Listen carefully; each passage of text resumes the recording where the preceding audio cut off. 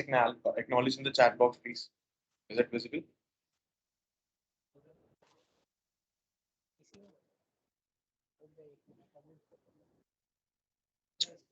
Visible. Great, great. Yes, yes. Okay, great. So we'll be making a folder today.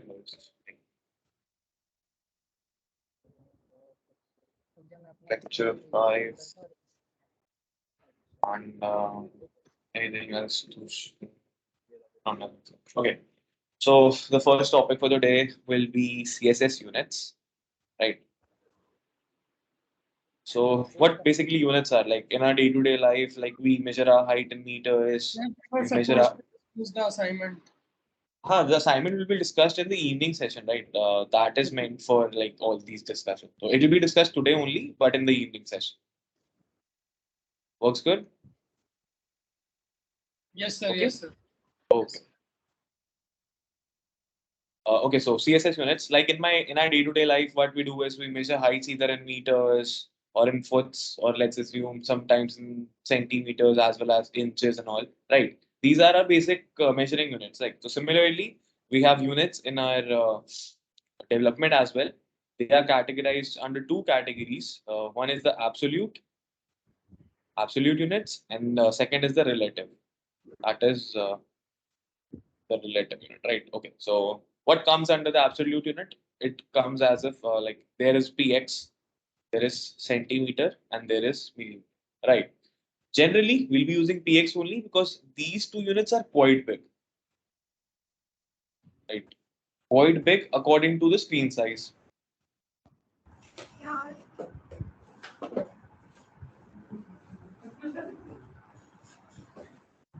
Right. So we'll be preferring our px only, that is pixels. And relative, right? In relative, what we do is there are like different categories. One is the percentage, second is the EM. Then we move forward for EH, that stands for view height, right? We have VW, that stands for view width. That stands for view width, and we also have EX. Okay, so the most important here, like I can't say the most important, like the generally used thing here is the percentage, and it's a good practice to use percentage. So in the absolute one, you'll just be using this PX only, but in the relative one, you can use any of them. Like all of these are having a good advantage or like a good relevance. So one by one, we'll start seeing them. Okay, so what we'll do is we'll make a folder, mainly as CSS units.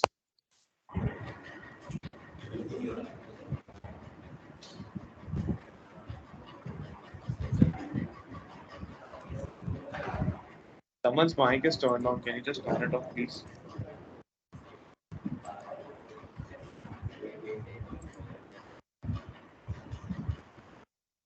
Aditya Mishra, can you please just turn off your mic?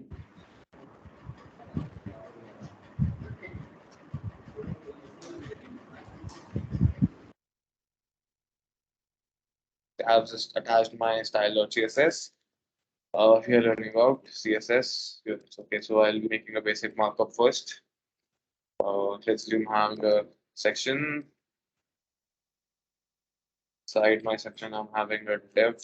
Inside that div, I'm having a heading, H2, heading 2, and let's assume I'm having a paragraph of 12 letters. And let's make one more div. I'll just write, let's say,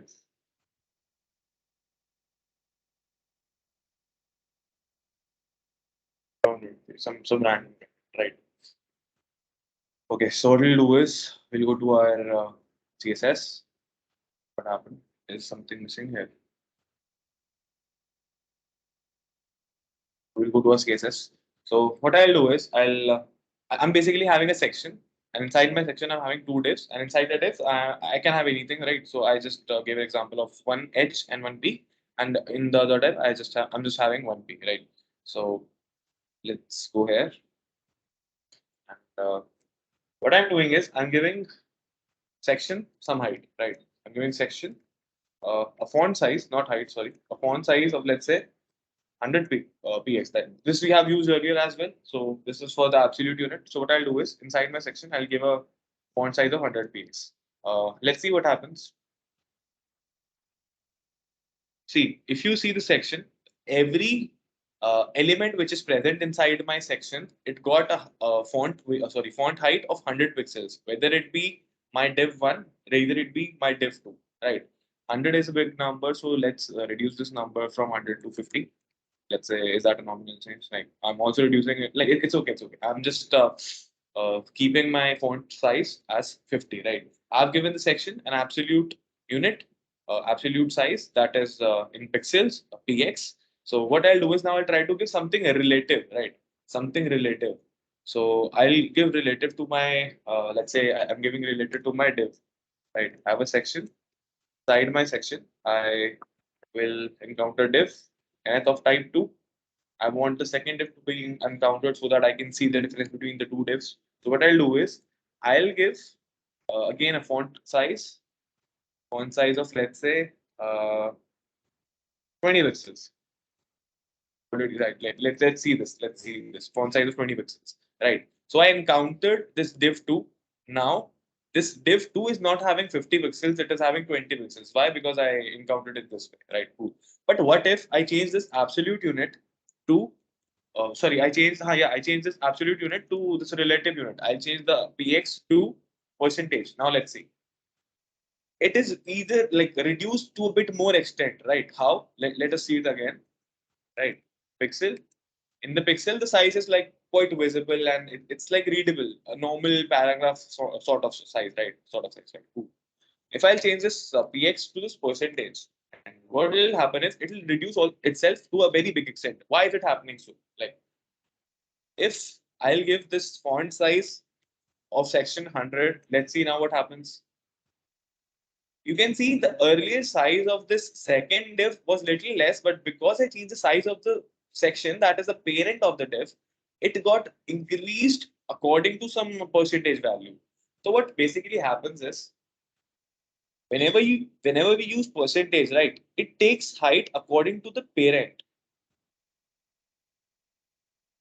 It takes I'm just using font weight right now. It takes the property like for font size right now, or I'm mentioning property right here. It takes the property according to the parent, according to the parent, and manipulates itself.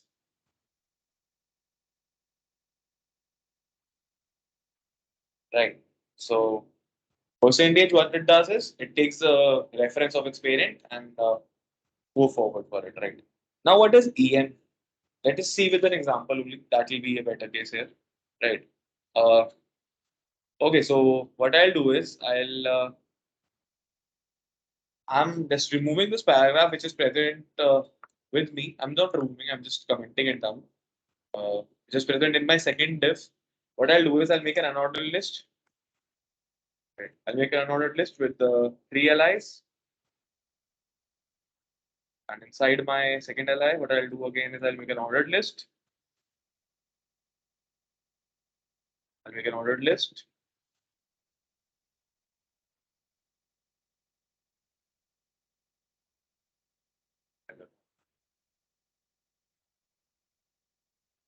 Let's name it list.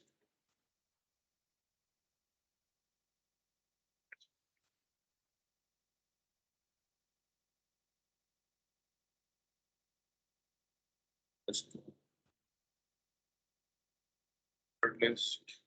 Inside my ordered list, I'm having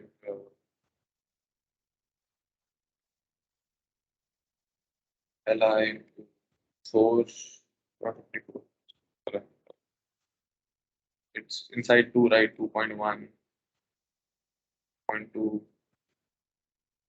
0.3, and 0.4, right? Okay, so this is my basic list. Let's see what is shown here. Yeah, I'm getting my list, and all the font sizes of this list are same right now, right? I'm changing again this 100 to 50. It's a very big number. So let's say it to 40, hardly matters. Right. Okay. So this is the basic styling. Right now, I've given the percentage to this second div. That's why it is taking this second div is taking size as well. So if we see it normally, then yes, this is the basic size of the list. Okay. Now what we'll do is uh, I'll again enter to my div nth of type 2 because it's my second div. Right. Now what I'll do, I'll change this relative unit from percentage to my EM. Right. I'll go for font size. I'll give it to EM. Let's see what happens.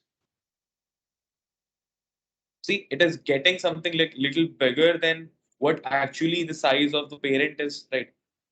You can see, like, if we compare the size of section with the size of this, like the second div, this second section, right? So what happens is it automatically again adjusts itself according to the parent. Okay, let's assume I'm changing this div from div to UL. I'm just applying the size on the UL, or I would say on the LIs, right? I'm applying it over the LIs. Let's see now. See, if I applied the size on the LI, what happened is this list one is double.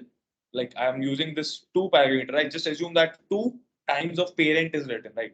Two times of the section, two times of the section. But when we enter inside the nested LIs, it increases itself twice again. Why is it happening? Because I'm having one more, or sorry, I'm having one more section inside my OL, right? This LI is a child of this OL, and OL is a sibling of this let's LI. So that's why it is all like automatically considering itself to be a child of this LIs, and the size is adjusted according to the parent. So now this LI will be acting like a parent, and this 2.1, 2.2, and all these numbers will be acting as a child. So that's why they're taking double the size of it. Let's assume if I'm making one more list inside it, I'll make one more unordered list, and I'll make three more LIs, which will be like 2.3.1. I'll just copy it up, paste, paste. Right. If I'll see this, then see now the inside one again got the size double to that of the parent. Now the parent is considered to be this 2.3. Now it will take size according to this 2.3 Li, right? It is like somewhere around showing a snowball effect, right? Let me what I'll do is I'll reduce the size of the main section parent. Like I'm just making it to 10. So if we'll see that now, you can easily see that yes, list one is having double the size of the section which we gave, and this first UL which is inside, like first nested UL will get double the size. Again, the second nested UL will get double the size of the parent. So again, uh, this is also somewhat like it takes property according to the parent. Like it also takes property according to the parent. इसमें snowball effect होता है, right? Snowball effect. This effect is nothing. It's just like I just showed you in the case of this UL, right? If I simply use the unit, like let's assume 20%, right? Instead of this, then let's see what happens. It's gone, right? It's pretty short. I'll increase the size there. See, it is again showing 20% according to the parent. Like I'm increasing the size again for you guys for it to be visible, right? Okay, so now if I'll zoom it up, then you can see, okay, there are things, but not that good visible, right? And see this section, it is like I'm hovering somewhere. It is written my third list is right here. It is like very small according to the parent. So they're working the same way, but just remember in mind it has a special property that it shows snowball effect, right? Cool. Let's move forward for this REM. Next is our REM. 20%. I'm changing it back to EM.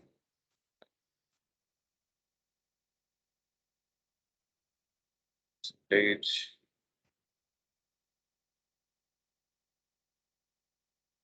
Now this REM, right?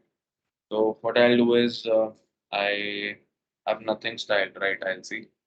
Finish it. That's 100 pixels. I'm reducing the size again. 100 pixel is a very big number. I'm reducing it to 30. Okay, so visible fine.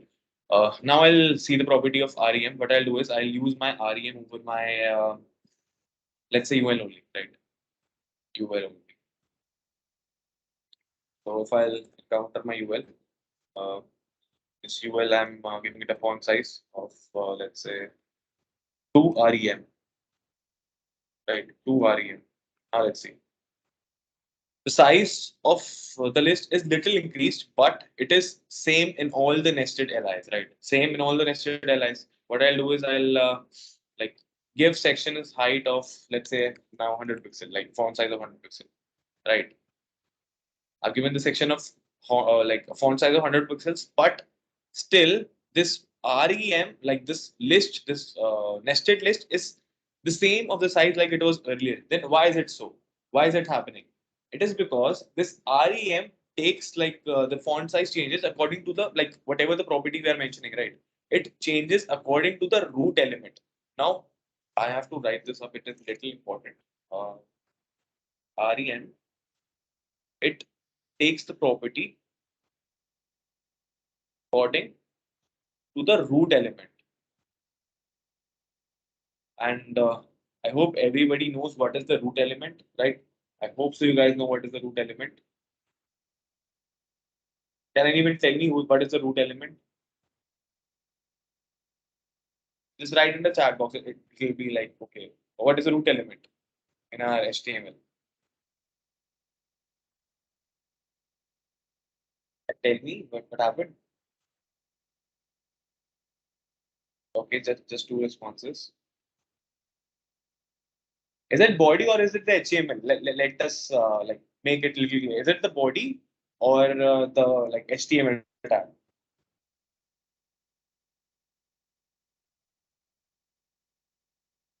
Uh, Alankar, why you made like this present everywhere wala tag, right?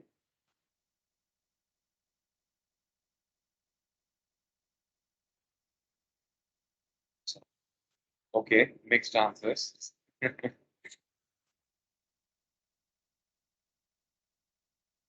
Topmost element that is HTML, right? Okay, okay. See, basically HTML is considered to be as the root element, right? HTML is the root element, not the body, right? So don't confuse yourself that it HTML is the root element, not the body, right? The root element is HTML.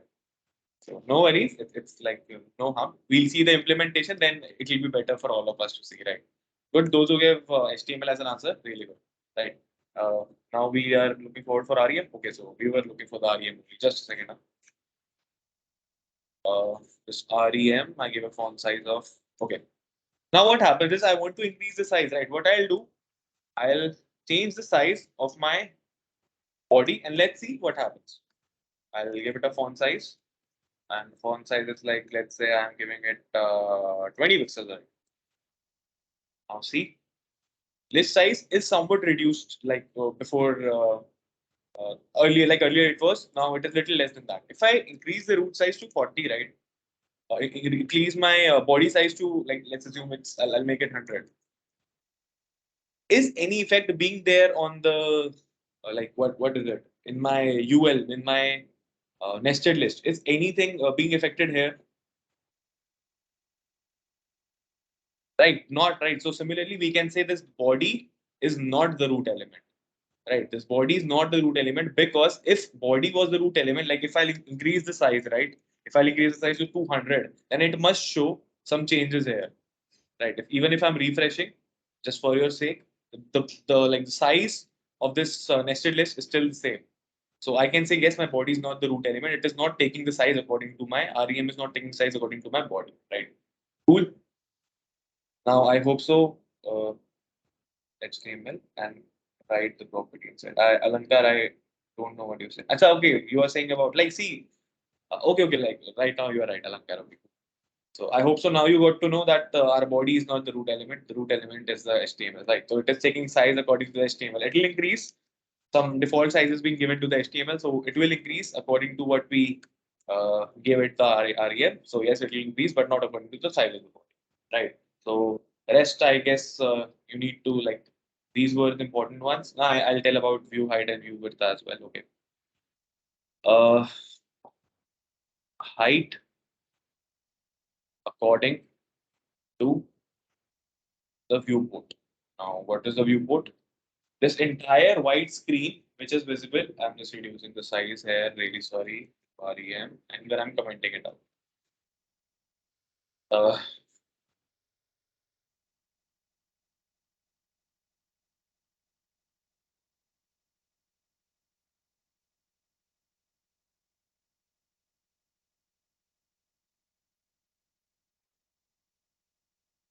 Acha, I've given size to the parent as well. Have I not commented it? Okay,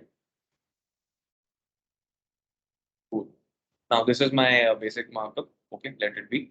Now this entire white screen is my viewport, and this VH, what basically it means is it means view height. So it takes height according to the percentage of your viewport. Let's assume I'm giving so done right. I'm using VH. What I'll do is I'll make a div first, right? I'll make a div and give it a background color. Do I have a div? Yes, I have a div in the section, like first div. Okay.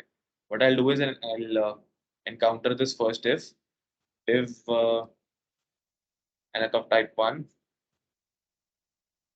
What I'll do now is I'll give it a background color of, let's say, aquamarine. I'll save it and see the entire viewport is being covered. Like entire viewport is being covered.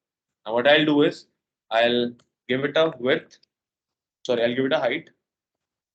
I give a height of like 50% of the view height, 50 VH. What will happen is it'll like calculate the entire viewport which is present in front of you.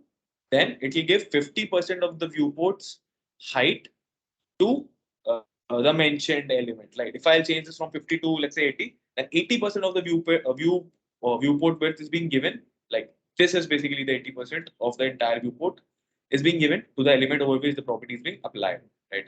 And similarly, if I want to check for the width, I can give it like 70% of the view width. Just replace the H with W. What I'll do, sorry, this right. Now the entire view width is there in front of me, and it is occupying the 70%. The background color is occupying just the 70%. And let's assume if I'm inspecting it, right? Then according to the viewport only, it will change the size. See, you guys can see if I am like increasing or decreasing the size, and it is adjusting accordingly. Same happens with the case of height. Cool. Okay, so view width and view height. Just consider it like as of like you have a viewport, height, and width according to the viewport. Right. Also go for MDN, like read all the CSS units from MDN, refer MDN, not going really deep in details, right? So you have to go for it. Cool. I hope there are no doubts in this, and if even if there is like little lab of information which is provided, then MDN is the only resource, not the only resource, like the best resource, which you should be like habitual till now. It's like as the seventh class. So like prefer NDN and start reading about. Okay, so cool. Uh, the next topic we are having with us is sorry, the display property.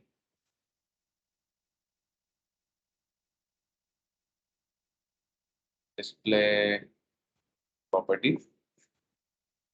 So, like, what display property is basically?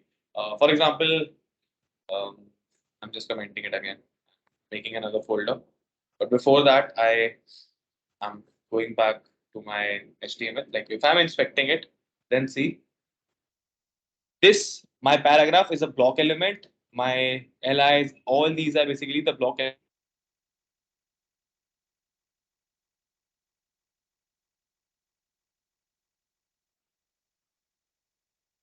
Um, Display properties.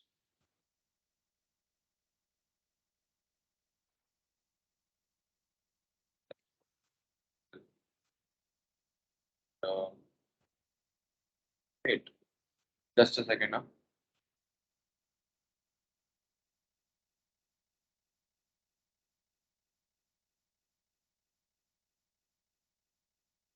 display properties, file within the HTML and file.css. Okay, so boilerplate, attaching my style sheet, and giving the topic of display properties, and see what I'm doing now is I'm giving it a paragraph. I'm just making a div, nothing else. Giving it a paragraph. Lorem 12.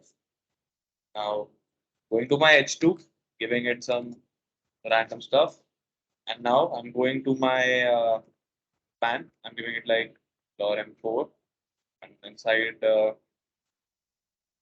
let's say inside my paragraph only, I'm having lorem 16, and inside this, I'm just copying this stuff to like enclose it somewhere, making a strong tag.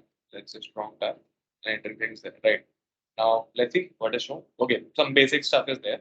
Now, if I'll inspect this again, you guys can see that this is my block element. This is my block element. This is my block element, but this is my inline element. I explained in the earlier classes, right? This is my block element, but this strong present inside my block is also an inline element. Okay, cool. We saw it basically. Right. Now, what basically happens is in display property, there are two things which is like considered the most. One is the inline, one is the block. See, this inline is having some four special properties, like the box model, right? The box model properties which I told you. We'll be talking about this in the inline. In the inline, width, height, padding, and margin. Same goes for here in the block. Width, height, padding, and margin. In my inline element, I cannot like manipulate my height and width. But in my block element, I can manipulate the height and width. Let's talk about padding and margin after talking about width and height, right? Let's see in my diagram. I have a paragraph, which is my block element, and I have a span, which is my inline element. Let's encounter them in my style sheet. I've attached it, right? Cool. What I'll do is I'll make paragraph. Let me just comment this last first, right? This last paragraph has been commented for now, right? I encountered a paragraph.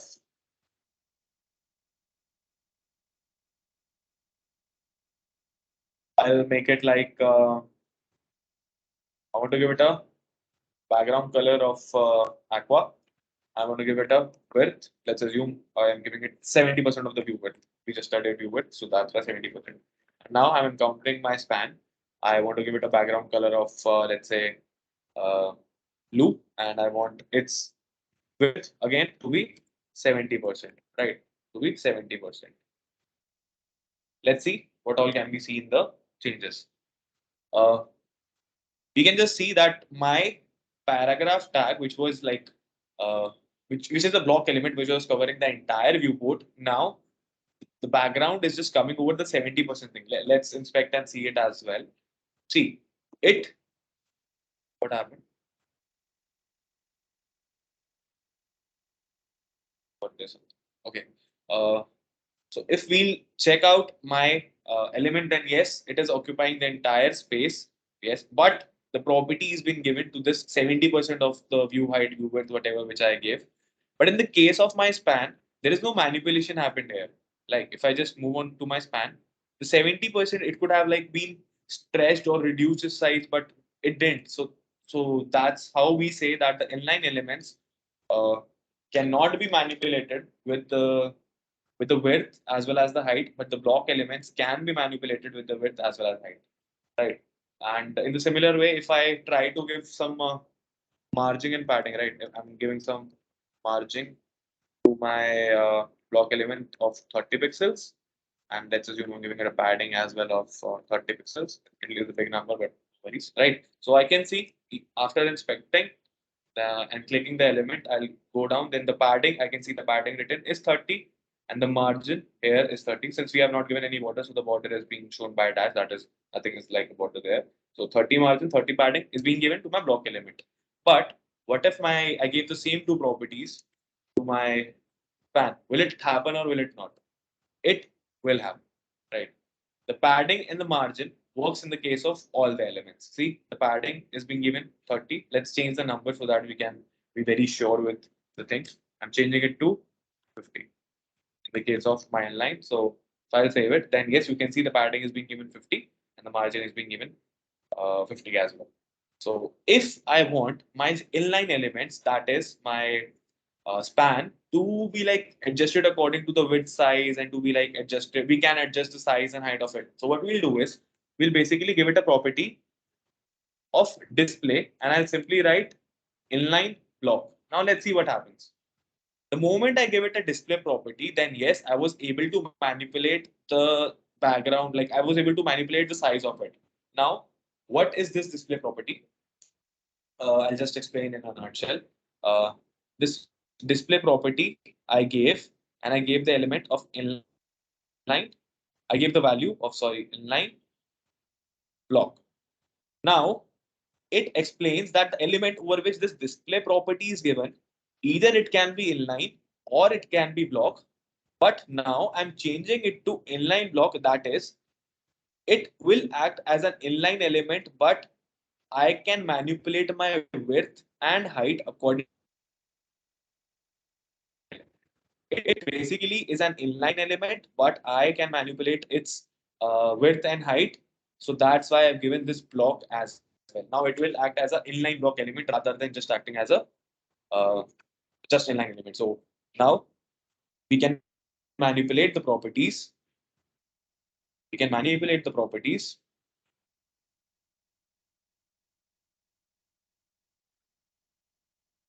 according to my block element usage. Right, according to my block element usage. Works fine for all of us, right? Clear? This thing is clear? Okay. Okay. This thing is clear. This inline block thing. This is my display property, right?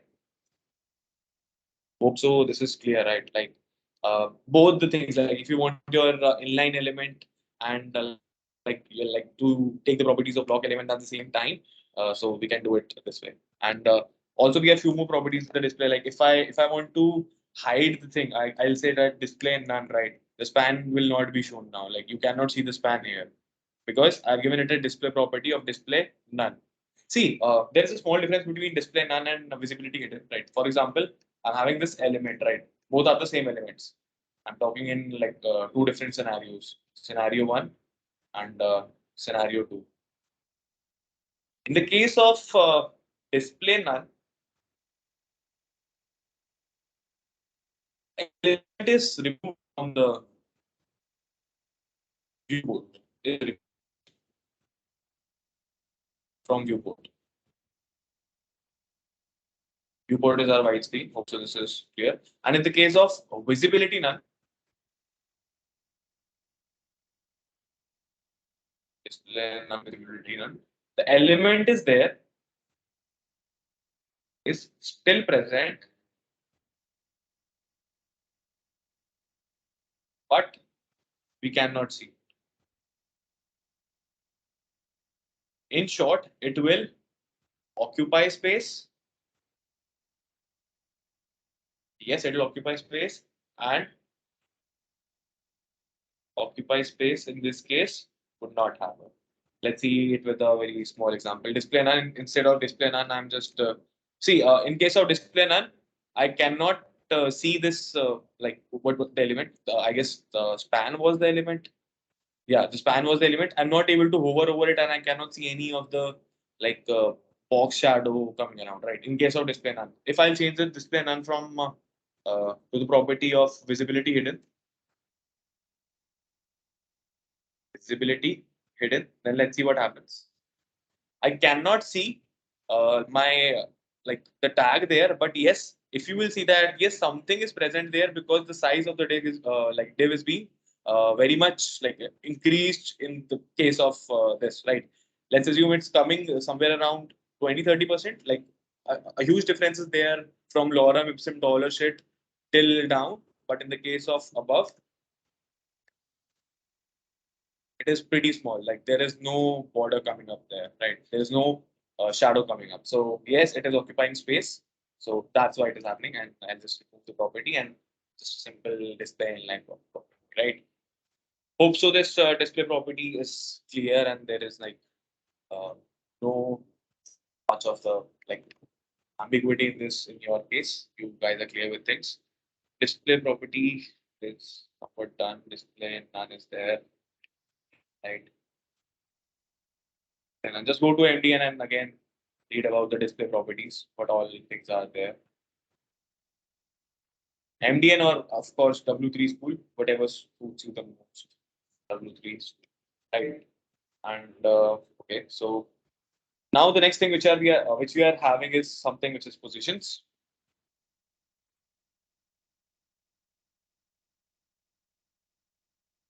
All right. So what basically positions is we have covered two properties. One is that we have seen the display earlier. Now we'll be like talking about the like the positions of things, like position of the things. Like for this reference, I'll go to my Flipkart website, right? Flipkart website. Flipkart. See, I have this landing page of Flipkart in front of me. So what I'll do is I'll start scrolling. I'll start scrolling, the things are going up. But if we'll just see to my nav bar, wherein this search bar is there and the header things are there, right? This is not going anywhere. This is just static right in front of us. Just starting, not going anywhere. And rest of the things like, yes, going and scrollable. The rest of the things are scrollable. But the main focus which we have to do is, right, how this Flipkart is just being even after scrolling, it is just being fixed over our viewport, right? So this is because of the some of the properties of position, right? So now we'll be learning about positions. Inside the positions, we have basically five categories. I'm just mentioning things right now. Here are the five main things. One is position could be static. Position could be relative. Position could be absolute. Could be fixed and string. So these are the five major categories. Okay, so starting with the okay, so basically when we give these positions, right, these five major categories, the positions of them, we also give some offsets to it, right? Offsets. And what are offsets? Offsets are basically top, bottom. Just in the case of like we do in the margin padding box model, right? Margin top, margin bottom. Similarly, there is no word. The keyword is not in front of it. It is just simply top, bottom, left, as well as right. These offsets are being present in front of us, right? So we'll see them one by one. That how we can make use of it. So what I'll do is I'll again make a folder with the properties, display property with positions. Sorry, with the positions, and again basic markup. I'll do it fast.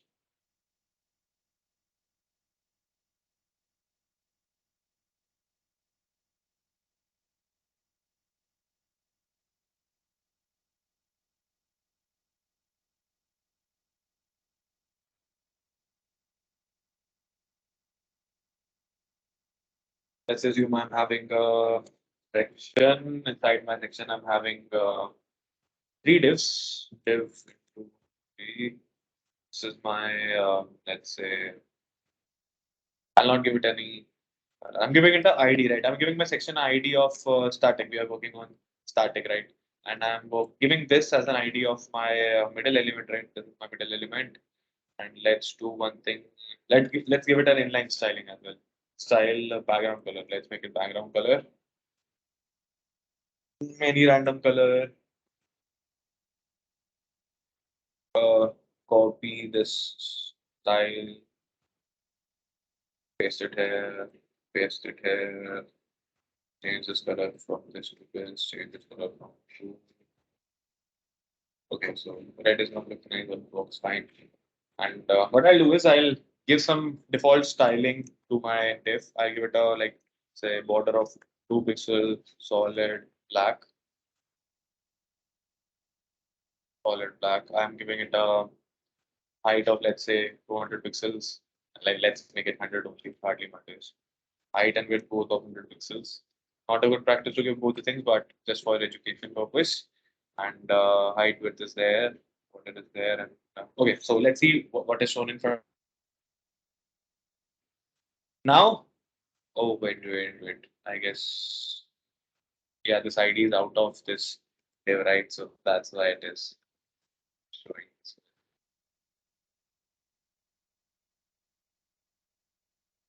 Meta ID here, right? Yeah, why is it coming again? Right. Now let's see what happens. I have three divs again. Dash is coming. Very good. Okay. Just a second. I'm just like correcting the markup. Uh, Now it seems good. Yeah.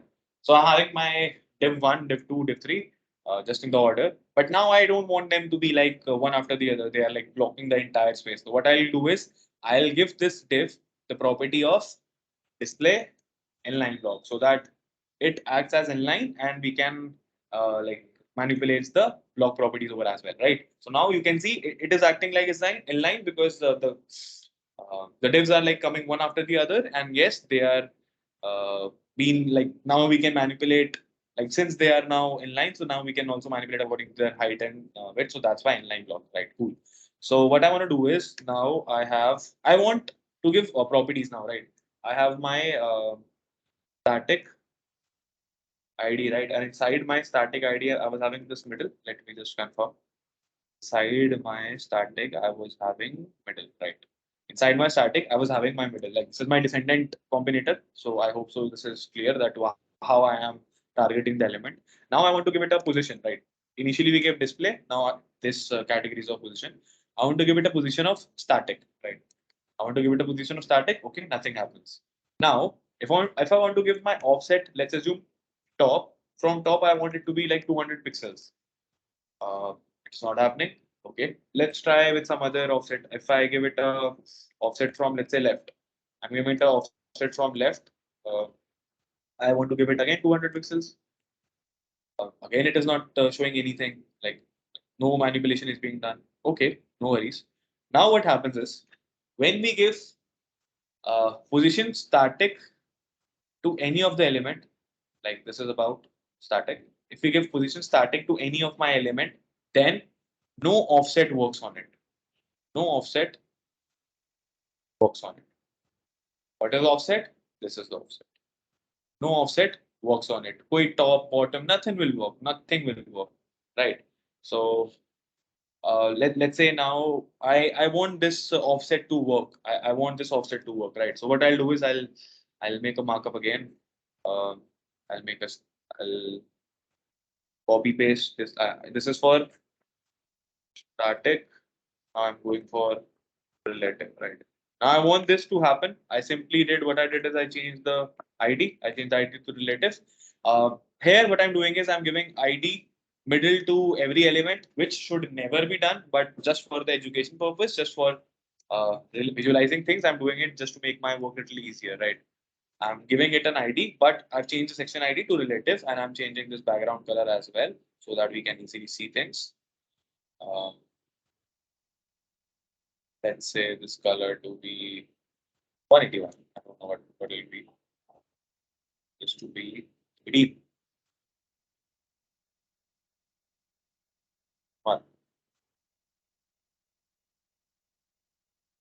Just trying random colors so that we can like easily bifurcate amongst things, right? Let's make it green. Okay, so we'll save it and see what is shown. We have one more section, which is having like which we are about to give properties of relative, right? What I'll do now is I'll copy it up. I'll give it. I'm targeting my relative now, and inside the relative, I'm having middle, and inside the middle, I'll give a position of relative, right? I'll simply give a position of relative, and now I'm giving my offsets as well. Now let's see. See, after giving the offsets, this middle element, which was being given the position relative, now it is 200 from the top. Let's reduce the size a bit. 100 from the top, and I see it comes little up, 100 pixels up, and it is given like 100 from the left. Then what happens is it comes towards the left side as well. I'm giving it like, let's say 40, then 40 and 40 from each, right? 40, 40 from each. And it is just like taking the pixels from the original position from wherein it was present, like from the original position. For example, in case of relative, if three of my divs were standing like this, right? Three of my divs were standing like this. Now I give a relative position, right? So now this offset will take place according to the original presence. Like this is the original presence, which I'm like making it darker. Now this 100% or 40%, whatever is given from the offset side, it will be taken from the original presence, like from wherein it was present before offset being given. So now it will take according to this original size. Okay, works fine. We were able to see this thing. Now what I'll do is I'll switch this relative to, I'll move it from one position to next. I'll take it to absolute.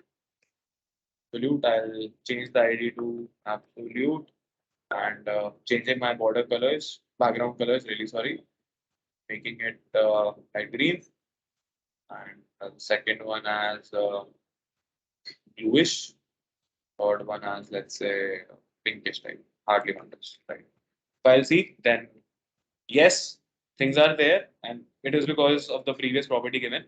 Now, in the absolute case, everything is still nice because like everything is just aligned because I'm not given the property yet. Now, what I'll do, I'll simply give it a position absolute. I've not given any offset yet. I just simply give it a position absolute. Absolute. Now let's see what happens. I'm just able to see two boxes, right? I'm just able to see two boxes, not three. Initially, we were able to see three. And now, why is it happening? How and which box is being missing? This pink box is missing. We can see, right? This pink box is missing from here, and I don't know where is it. Let us see where it goes away, right? Let us see that. In the case of absolute, what happens is I had three divs, right? This was my pink div, and let's assume this was my I'm considering it to be as blue, right? This is my blue div. Now, after providing the property, I'm only able to see the blue is there, and this first one is still there. This P is not present, but I gave property to the blue one. Then how can P be like out, or how can P be not visible? So what basically happens is, let us just assume that this is my uh, layer of browser, like layer of my display layer over which the things are being shown. Like this is my uh, this is the case of static. This is the case of my relative one, and this is the case of my uh, divs before the absolute was given. And since absolute is being given now, then what happens? I'll change the pen color, right? Just give me a second. I'll change the pen color. It will be like better for you guys to understand. I'm taking this red pen. Now what happens is there is another, it makes another layer of sheet over the previous one, and it comes out of the normal document flow. Position is being red position is being given to this, right? So what happens is from this first layer, it comes to the second layer, and since it comes out of the first layer, then this space is empty. Now this space is empty, which was earlier been occupied by the blue one. So this space which was empty, this third pink div, it will occupy the space now. And since this center div, this middle div is being like given the property of absolute, it comes out of the normal flow. Normal flow से बाहर आ जाता है, comes out of the normal flow. Then uh, it overlaps itself. Since sheet 2 तुम्हें पहले नजर आएगी, then sheet 1, so it overlaps this pink box, and that's why we are not able to see it. And if I want to see it, then what I'll do, I'll give it an offset so that I can check, yes, things are working fine, but something like strange will happen in front of you. I'm giving the offset of 20 pixels from the top, and let's say from the left, I'm giving it 20 only. Now, this, I'll change the color for better understanding. I'm changing it to be black, okay? Nothing is black till now, I'm changing it to be black. Right. Now this black is being given the position not according to the original size, but according to Sir, something else. can you please, Yes, tell me. sir, can you please repeat the absolute? Yes, yes, tell me, tell me. Someone was saying something, right? Hello. Sneha, was it you? Sneha. Okay, so I guess that was by mistake. Okay, so now this absolute one is not getting the like offsets according to its original position wherein it was present earlier, but it is being given the offset position according to something else. Now it is being given that whenever this offset is being given to my uh, absolute position, right? Then it takes, yeah, it manipulates according to the most recent targeted, or I would say positioned parent. In a nutshell, अगर हम इसको समझना चाहें तो जिस parent पर most recent position will be given,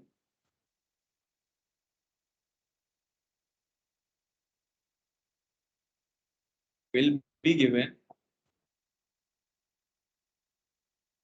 it will manipulate accordingly. Right? It will manipulate accordingly. This is like very important thing. Just keep in mind always, because this absolute position is the most important one. So, okay, if I'll see that what is the structure of my HTML, I'm manipulating divs. Okay, what is the parent of my div? The parent of my div is this section. Like, do I have the parent above section? Okay, so if I'll see, no, there is no as such parent, but a body is still there, right?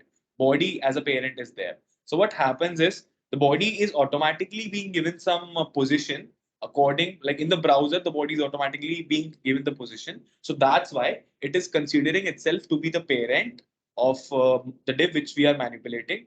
Section not given any, let's say, position is not given to my parent section. So that's why it is going to the parent of the parent to its ancestor and looking forward for that position kind of stuff. And once it will encounter from any of the parent, then it will manipulate itself according to the parent size. Since now we have not given any position to my parent div, to my parent section, really sorry, to my parent section. So that's why it is like occupying space according to the body. But what if I give position to my section, right? If I'll encounter my section here and I'll give the section, uh, like say a position of, let's say, relative. I'm giving it a relative position. Now let's see. See, now automatically it adjusted itself according to the parent. The parent was being given the relative. Relative, what it does it basically comes to the normal flow and we can give the offsets to it. Okay. So it was like if I give nothing as a offset, then it occupies the normal space just like the relative initially. And now since we are giving it the offsets, it is taking the parent that is the section is being given the position of relative. So that's why it is just coming to the normal position and taking 20 from the parent. Like the parent in this case is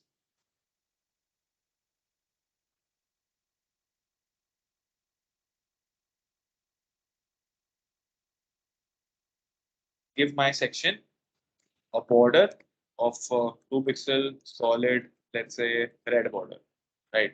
Then yes, we are able to see this is the section. I'm should I comment the above one? Okay, we are able to see it, right?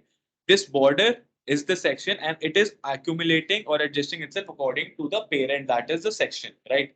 20 pixel from top and 20 pixel from left. Got it? Easy? Not easy, but understandable enough. Like this is little confusing, but if you practice it once or twice, it is like one of the easiest ones, right? And the most used as well. So next comes to us is the fixed one. Uh, okay, this fixed as well as this sticky, right? Yeah, sticky.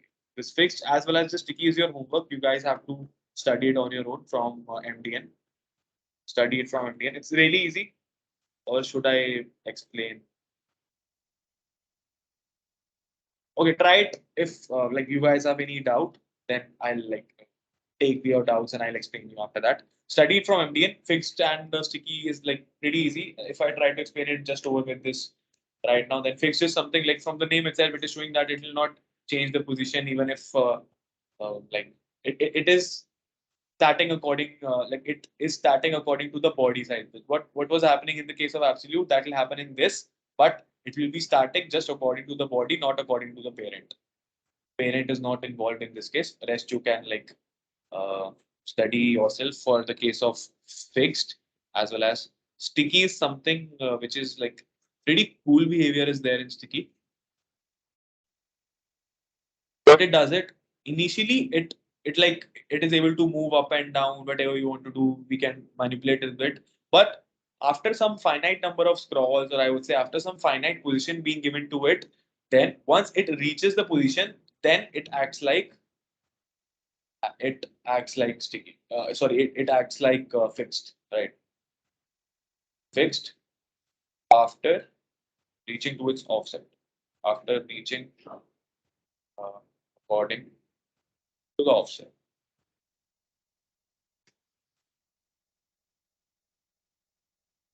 Uh, Baki MDN is there with you. Just try it out. If things are confusing, then let me know. We'll discuss about it. Fixed as well as sticky, right? Okay. And one more homework to you is that make a phone book. Make a phone book. How will you make a phone book? I'll show you in the MDN only. So that MDN, if I go to positions, then position style sheet, right? We can study about different positions here, static, and we can see the functionality here as well. So, like leading from MDN has been easier now than considered for. Like you can read fixed from here, you can read sticky from here, as well as you can try to manipulate different things. The entire article is present with you, along with the hands-on example, right? So do check it out once. Also, if we, yeah, see, I'm sending this link as well for your ease. You can see this phone book, right? Once like the A letter arises with us, there are different names, but this is basically the behavior of sticky. As I was talking, like it is like scrollable, it moves like freely up and down, but once it reaches its some offset value, let's assume this offset value is given top 0 in this case, then it acts like fixed, just like the name bar of my Flipkart, right? I have different names, and once this C encounters here, see what happens. It automatically goes away and it hides itself, like the other uh, ele- alphabet occupies its space, we can say it that way, right? Just look at the functionality. It is being like fixed, as well as we are like able to manipulate. It is basically sticky, and after a finite number of scrolls, or according to the usage, it acts like fixed. So this is the phone book, kind of phone book which you guys have to make. I'm sharing the link for your reference in the chat box. uh, what if we, can you please repeat absolute again? Acha, you need me to repeat absolute, right? Okay. uh, Absolute में where were we? Let's see. इधर से समझते हैं, that will be little better. Now, this is my body. This is my body. This is for my static. This is for my, let's say, relative. It was somewhat like this only, right? It was somewhat like this, huh? This, right? And now here comes my absolute. Once I was giving the absolute position, the third div was not shown. Why was it not shown? Because the element or the box which was given the position absolute, it came out of this normal flow. I may draw it like this, right? With the red one.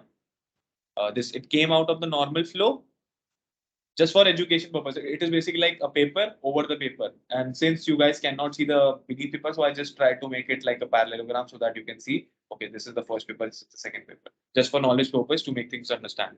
So this absolute position div came up the level, and since the sheet one, which was which was under the sheet two, is not having this div space now, third div will automatically adjust towards the left and enclose itself here. And since the sheet 1 is not visible above sheet 2, so this sheet 2 is having this second div which was being given the absolute property, and let's assume the color. Now it is over the same div which is not visible. It is there, but it is not visible. How we can see it? We can see it using some offsets. Let's assume I've given it top. But that what offset does is, in case of absolute, offset takes the value and start manipulating the value according to the parent, according to the parent जो recently positioned हुआ हो, recently positioned हुआ हो, positioned हुआ हो, right? अब recently position क्या हुआ था? Section was not being given position. Section को अगर हम initially देखें, the section was not being given the position. So it went to the parent of the section just to check for the position, and the parent of the section was this body. So the browser automatically gives some position to the body. I don't know which position it gives, but it gives some position. So now the manipulation was being done according to the body. Let's assume I don't want it to be manipulated according to the body. Then what I'll do is I'll give this section as some position, which I just did with the in the style. If I go to the style, then I give it a position of relative, right? If I went to the style, I give it a position of relative. So I want it to be like positioned according to the section. So I'll give it a position, and then now the offsets will take will consider section as the parent because it is being like now it is being given some position. Then it will take the offset from section and manipulates itself according to like 20 pixels from parent, 30 pixels from the original position, right? This thing. Uh, Better now. Better, things are better. Okay, I'm not. I've shared the documentation part as well. Herein you have to check out for the phone book and make it for yourself. This is your homework, phone book. We'll give two more homeworks for today. You have to be a little, no, quick and fast with the things. Phone book is today's homework. And for reference, I've been like attached this uh, NDN link with it. You can scroll down, and at the bottom you can able to see this phone book.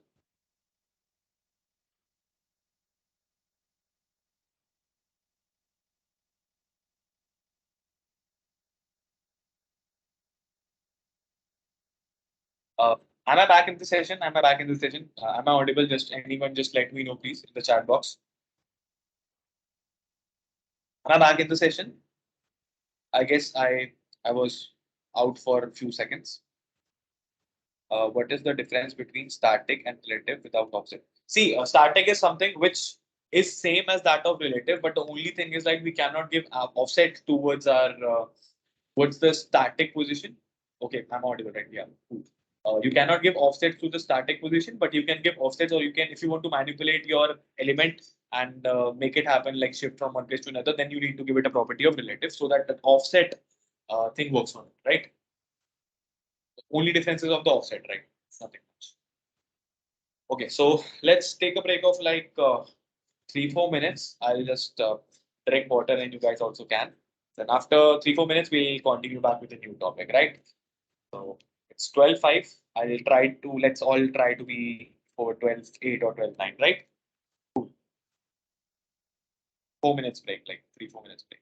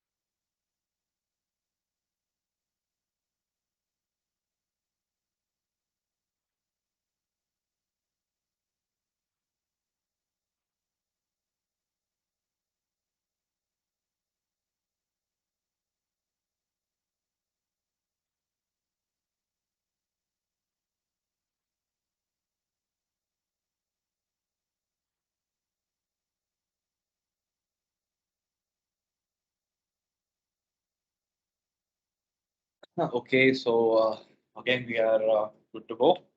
I hope.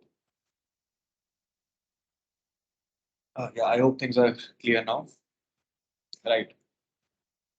So let's move on to our next topic. Right. So basically, I want you to do two things. Right.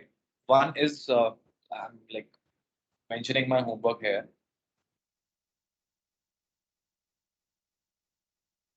Homework one is to make a phone book.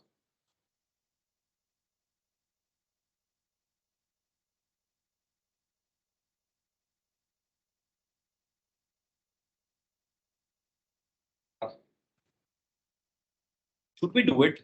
Like, okay, I'll explain you a bit how you guys have to do it. Right. I'm explaining a bit. Fixed bar, fixed name bar. I'll do it fast, right? I'll do it a little fast. This is just for the reference how you guys can give it a start, and after that you can like do the properties on it.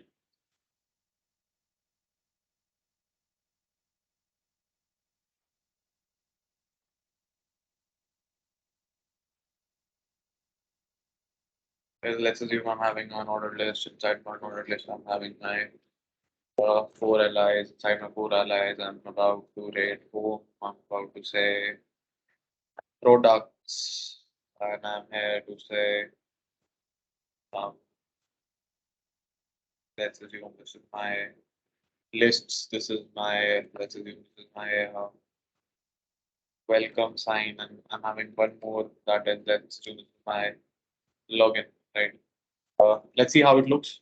It is basically looking like a very normal stuff like this. Nothing is there. I'll do it inside anchor tag so that I can go from here to somewhere, right? Anchor tag. Just a second. I'm just changing the markup, nothing else.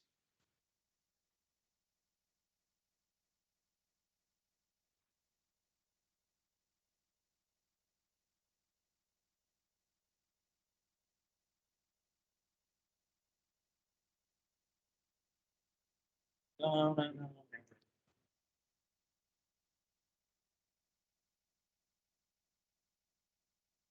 Okay, so cool. I don't want it to be rendered anywhere.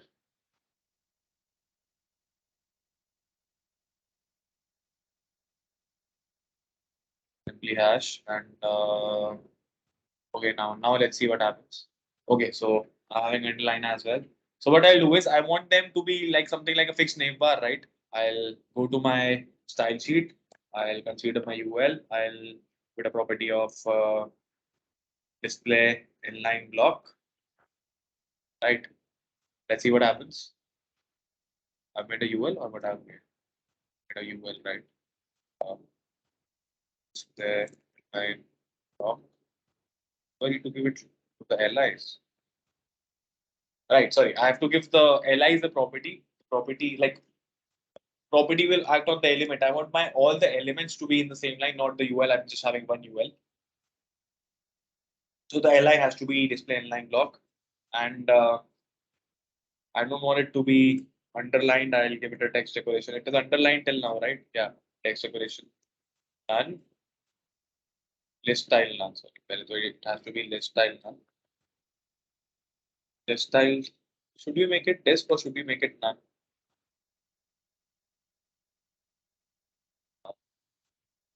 Let's let's make it list style none. Correct. None and text decoration. Text decoration. Sorry. Text decoration is also none. So this will be acted on.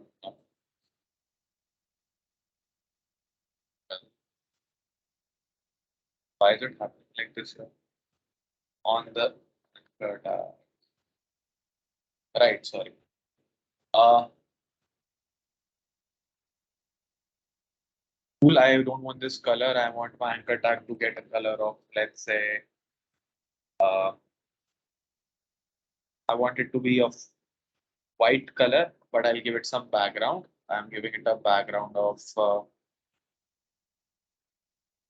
closing it inside div. I'll explain what I've done. Just give me a moment. I'm looking fast. I want this div to get a background color of let's say black. Take care. Inside my line, I'm giving it a margin. 90 pixels. Fine. Works well. Take it. See, what I've basically done is I simply made a markup.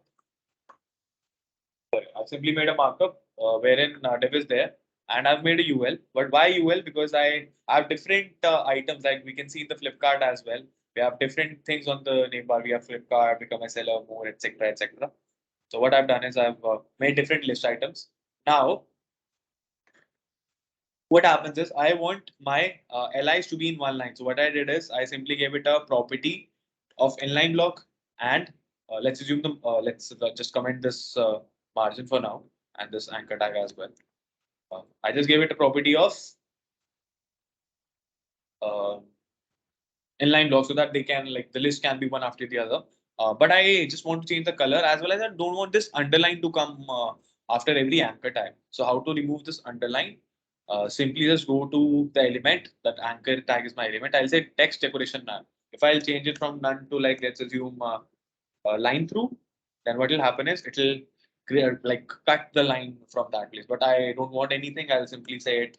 I don't want any kind of line. Simply none, and color is something like white so that it suits the background. Also, these are like quite like touching with each other. So I just changed the margin of different LIs. I gave it a margin of 20. We can do one thing as well. We can change the margin left to 30 and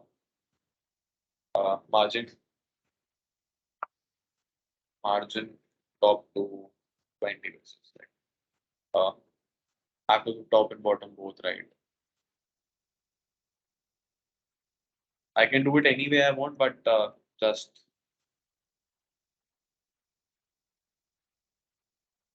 right. It is looking fine. Now I want this login to be towards this right side. Now, how will I do it? I just told you about if you want to change the position, change the layout of something, then we make use of the positions, right? So I'll encounter this last li, li nth of li ka last child. I'll encounter this last child. What I'll do is I'll give it a position of let's say I'm giving it a position of absolute and giving it a position of absolute. After that, I'm giving it a offset from right. I'm giving it an offset from right. That is, I wanted from it to be like 20 pixels from here. Let's see what happens. See, it is getting 20 pixels from the right. If I want to change the offset, let's see. Let's make it 50. Right. So yeah, it is getting 50 pixels from the right side, and I can also like manipulate according to the usage. And let's assume I'm having some paragraphs in it, right? Let's assume I'm having a paragraph of lorem uh, 35, 24. I'll just copy and paste it down. I'll just keep pasting it. I have issue with it. I keep pasting it and see. Oh, the entire body has been given that, right? Just a second. I gave it a div. I just need to take it out of the div, right?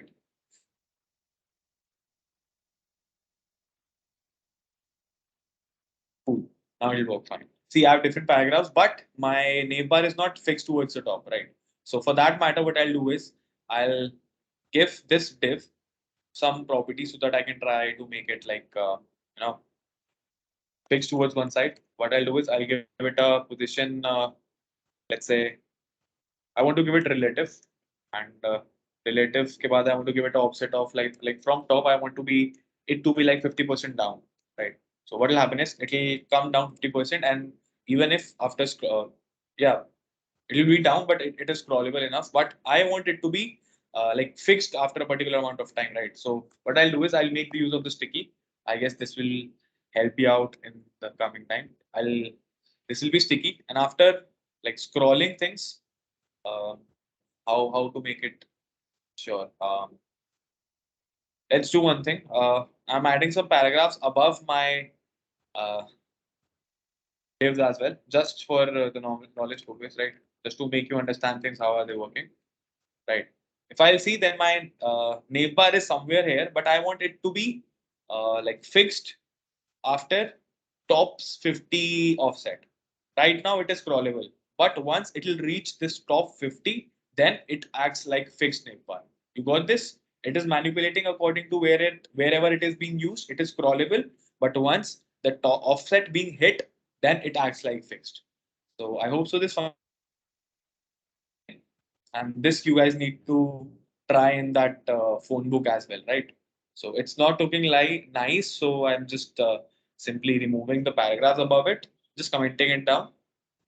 Rest you guys can try different ways, or I can do one thing. I can change the styling from sticky towards like I would say fixed, so it won't move anywhere, right? From fixed, and I need to give it a width as well, because fixed may it adjusts itself. I give it a width of 100%. Right now it's looking fine and it is not being changed, right? Same happens in the case of Flipkart, right? So it is same as that one. So you guys can make use of different properties and make different things. Cool. So now this is done. We want to learn some of the, like I would say, the properties of I would say different properties, different CSS properties, different CSS properties, right? We'll be covering different CSS properties now. जो miss out हो गई हैं या थोड़ी you guys should know about them. Index.html, the extension is wrong. .html and again, sorry, style.css.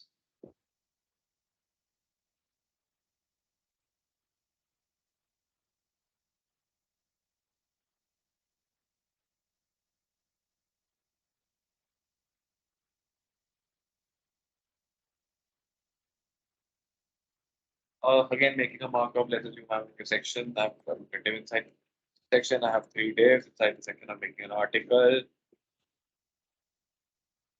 Making an article. Inside the article, I have let's assume a paragraph. I'm having a paragraph of Lauren 10. I'm having a heading tag of Lauren 4.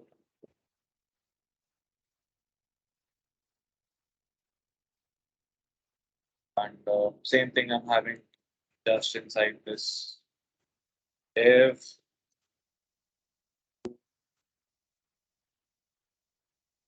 Div2. Heading 2. Inside this, I'll pick a ordered list items, 5 tags. Mention all has to be hashtag, and I'm saying 1, 3, 4, 5. Right. Okay, so let's see the markup. Working fine. Good for us. Good for us to move on. Okay, so now we'll see different properties. Like the first property which we'll see will be on fonts, right? I want to encounter my list item and I don't want its font size. Like there's nothing in the list item, right? I think we should add few stuff. Lauren 4, 41, Lauren 5.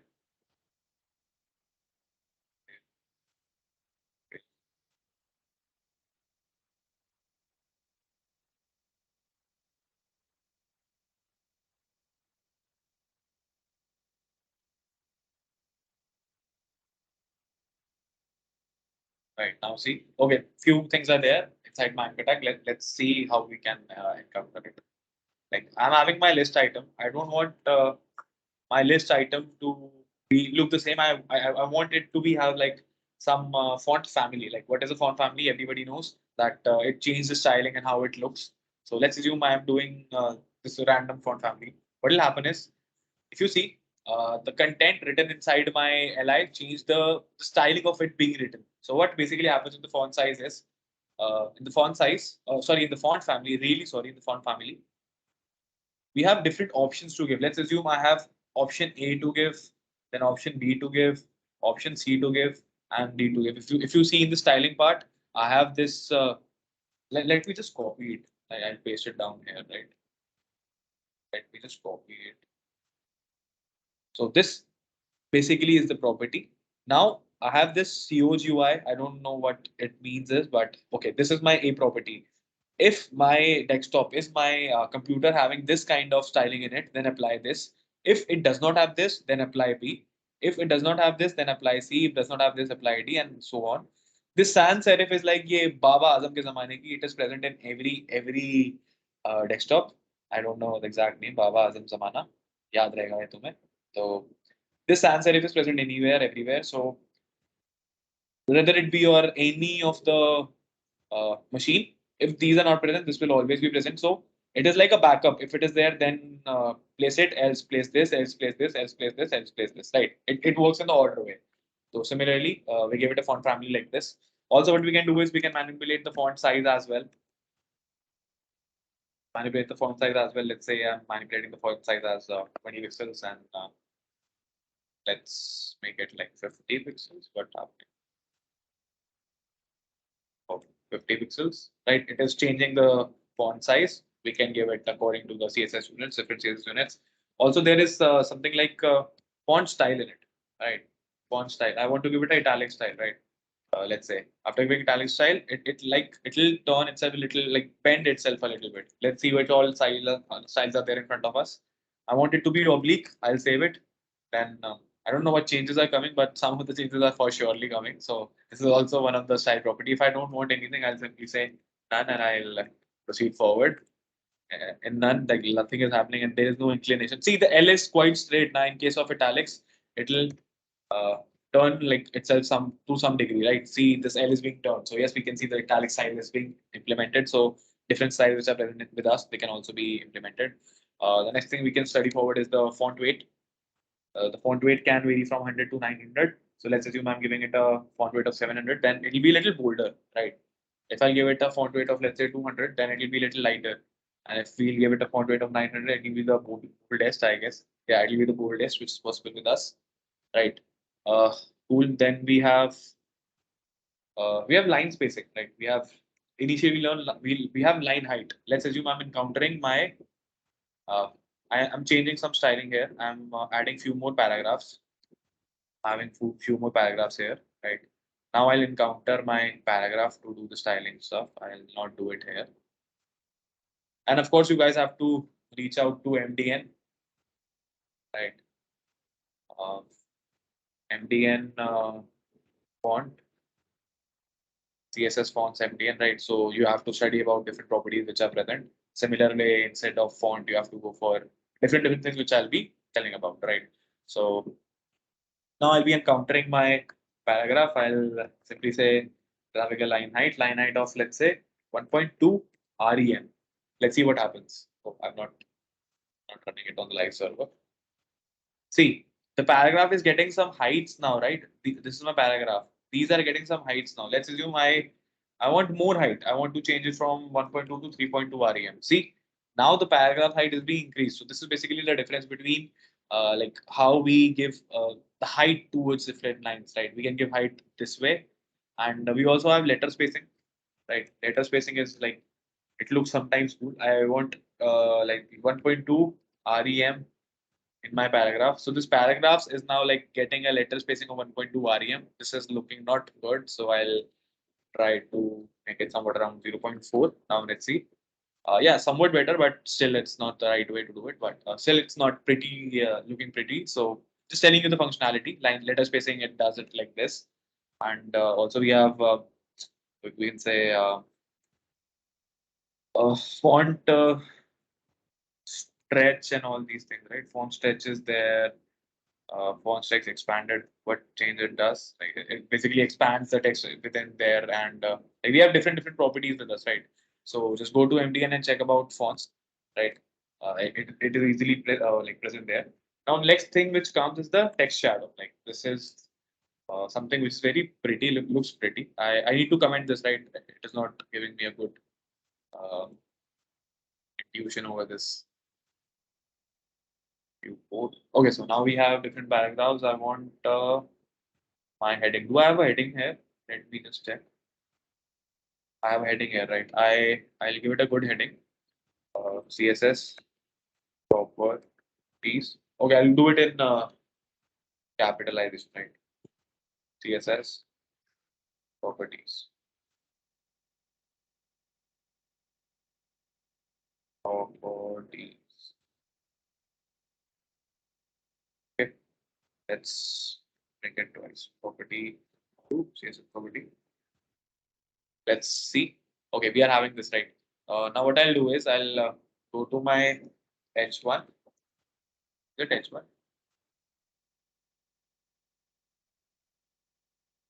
Yeah, it's H1. Right. I'll go to my H1. Now what I want to do is I want to give it some text shadow. Right. I want to give it some text shadow.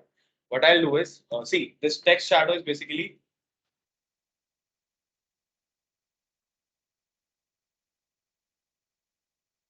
having I would say uh, four different values in it. The one is the X offset.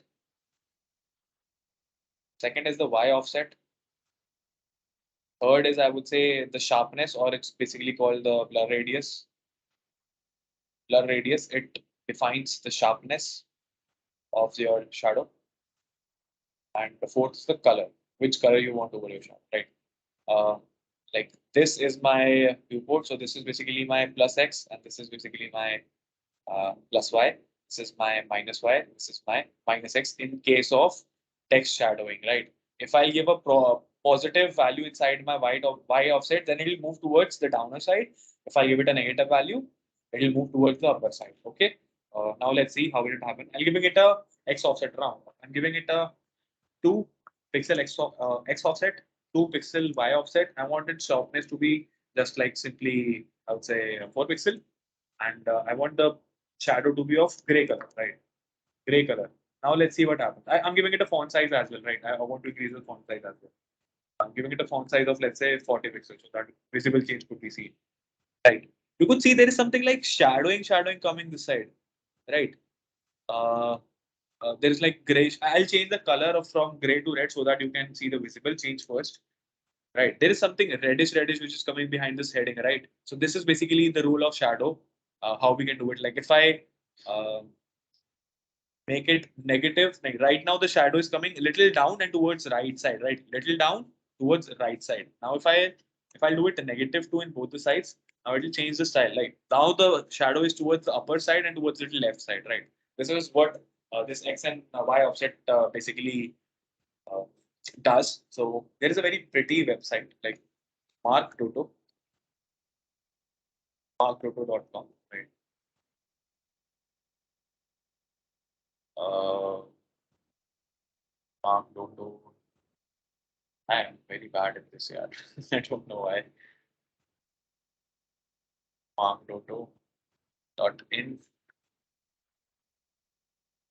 .com ही होगा. I think we have to see from that, right? Uh,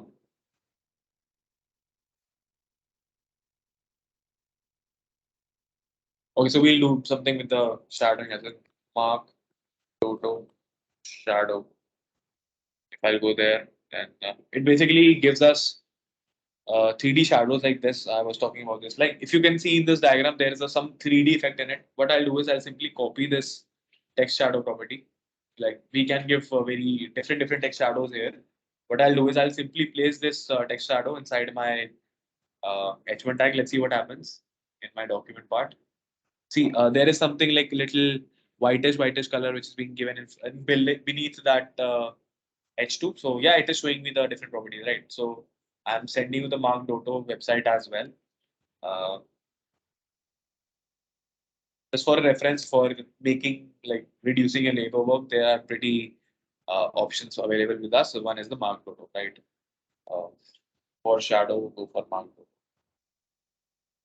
For shadow, Mark Dotto. Link is already given, right? We can do shadowing stuff like this, and but after that, I can make my okay. Let's again comment this out, or we can like leave it this way only. No, not a problem as such. So in my index, I'm having my lorem ipsum, all these things. Let's do the background Wali thing as well, right? I want my paragraphs. I want my I want my paragraphs to be like given a background color of let's say red. See, my paragraphs are coming with the like what we say the background color, and it is occupying the width as well. We can use width of 80% of the view width. We can use height as 5% of the view height and this stuff, right? See, the size and width are being adjusted now. Also, we can manipulate with the margin. We can manipulate with the. I'm just writing things. You can like assume or try it yourself. We can manipulate with the padding stuff. We can have font family is there, font style is there, font weight is there, letter spacing is there, or one thing was there. What was text align? Yeah, text align, right? Text align is like something which is like which we'll use to make things look a little prettier. I've used text align center. Then now you can see all the text which was being written inside my paragraph. Now they are being written inside the center position of the element over which the text was being given, right? So we can also give text position, different text positions, right? So different text aligns, like we can give it from the start, we can give it from the right, we can give it from the end. If I go for the end, then entire text will be shown towards the inside of the div, or not only the div, it will be the depending on the element, right? So text align is also one of it. Important property.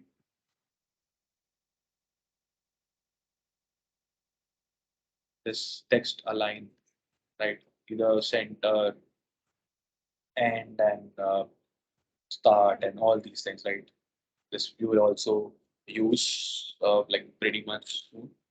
Okay, so we also have a few more properties. Let's say I'm having a article, having an article. Inside my article, I'm having a div. Inside the div, I'm having different paragraphs or 10, right? Different paragraphs. I'm making, let's assume I'm making 10, 20 paragraphs. Okay, cool. Let's save and see. Now this yeah, paragraph is being given. I'm changing this CSS style, right? It is not looking nice, so that's why commenting it out. So this is basically my paragraph. Uh, Removing the shadow as well, right? My basic paragraph. Now what I want to do is I want to give my article some particular height. Like I want to give an article a height of like let's assume 30% of the view height. Sorry, height to nearly fine. Height of let's say 30% of the view height. Let's see, and border also. Let's give it a border of 2 pixels, solid, green. That's it. Right. This is my article, but my paragraph is going like outside this what we say outside the article, which was which is not a good practice in it, right? So what I'll do is I'll go to my paragraph. I'll give it a property name as white space. I'll name it as no wrap. Right. I'll give it as no wrap.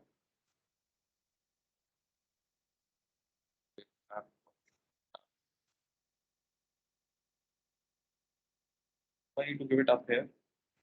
Just a second. Huh? Uh, just a second. Just a second. I need to make a change here. Uh, wrap is by default. Margin is there. Overflow ko we need to stop right value. Overflow has to be hidden. Right. Okay. Now what happens is basically we were having many. Just ignore this line right now. Ignore this right now. Right. Uh, we were having like different paragraphs. Right. We were having. Let's assume we were having. Uh, this is the 40th paragraph. Right. I've written lorem 40, but I'm not able to see lorem 40 inside my article tab. Right. I've given this paragraph inside my article tab, but this lorem 40 is not visible.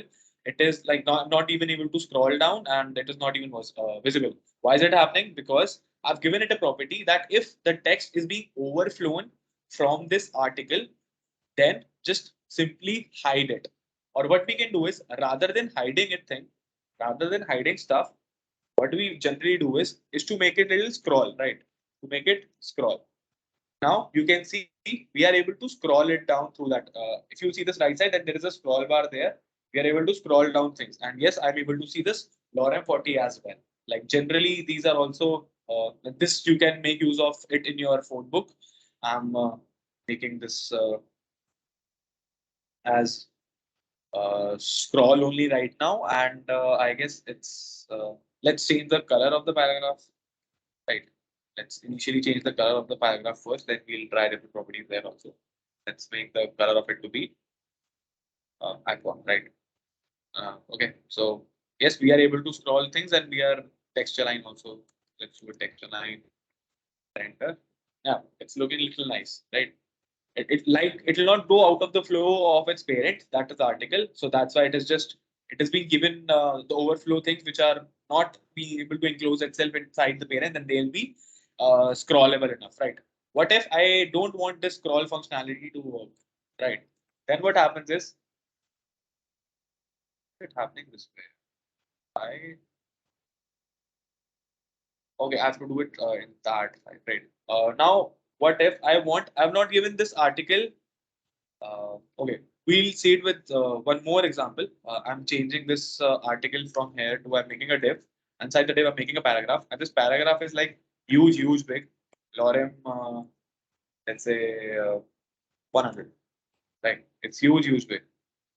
Right? It's a big paragraph. Now you don't want your paragraph like to like come in one line and like to just go from one line to other line. So what you'll do is you will basically give styling to your div. Right? I'll go to my div.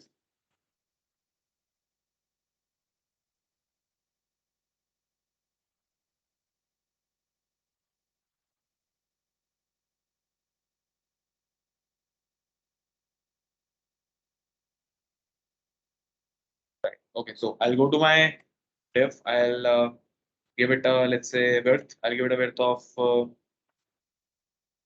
50%. 50% of the view height. Right. I'll see this. Something is view width, 50% of the view width. Right. Sorry. So now I'm only able to see the text only in the 50%. Now I also don't want these to just go down to their next line. So what I'll do, uh, I give it a text overflow or I'll next give it text overflow की जगह I'll give it a white space. I'll give it a white space of Nora.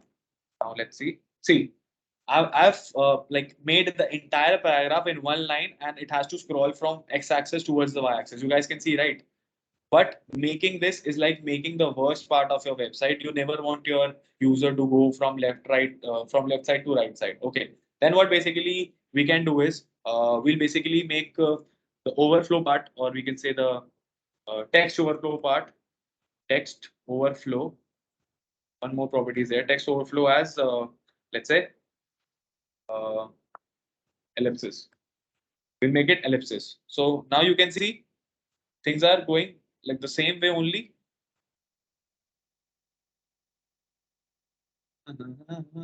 But overflow has to be written, right? Overflow has to be written first.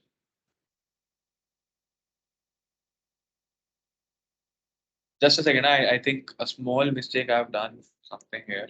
Just a second. Cleaning it up and I'll explain it.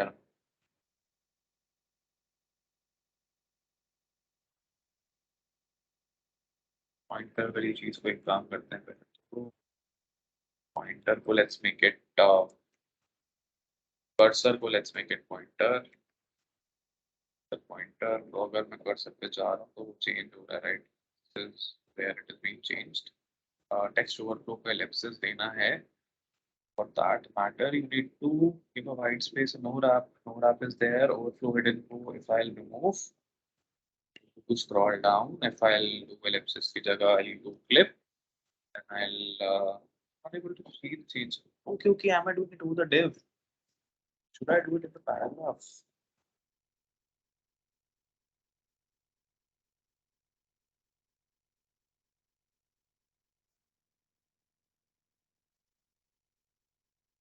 This clip cursor. Just a second, guys. Just a second. I'm trying to figure out the small mistake here.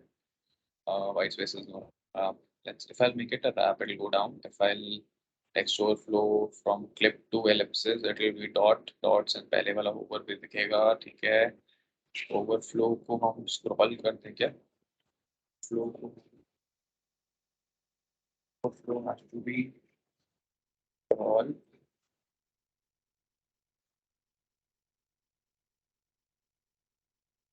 What's up, not coming? Clip together now parenthetic ellipsis. Also things are not there. Okay, yeah, let's do one thing. Let's go to MDN. We'll go for overflow.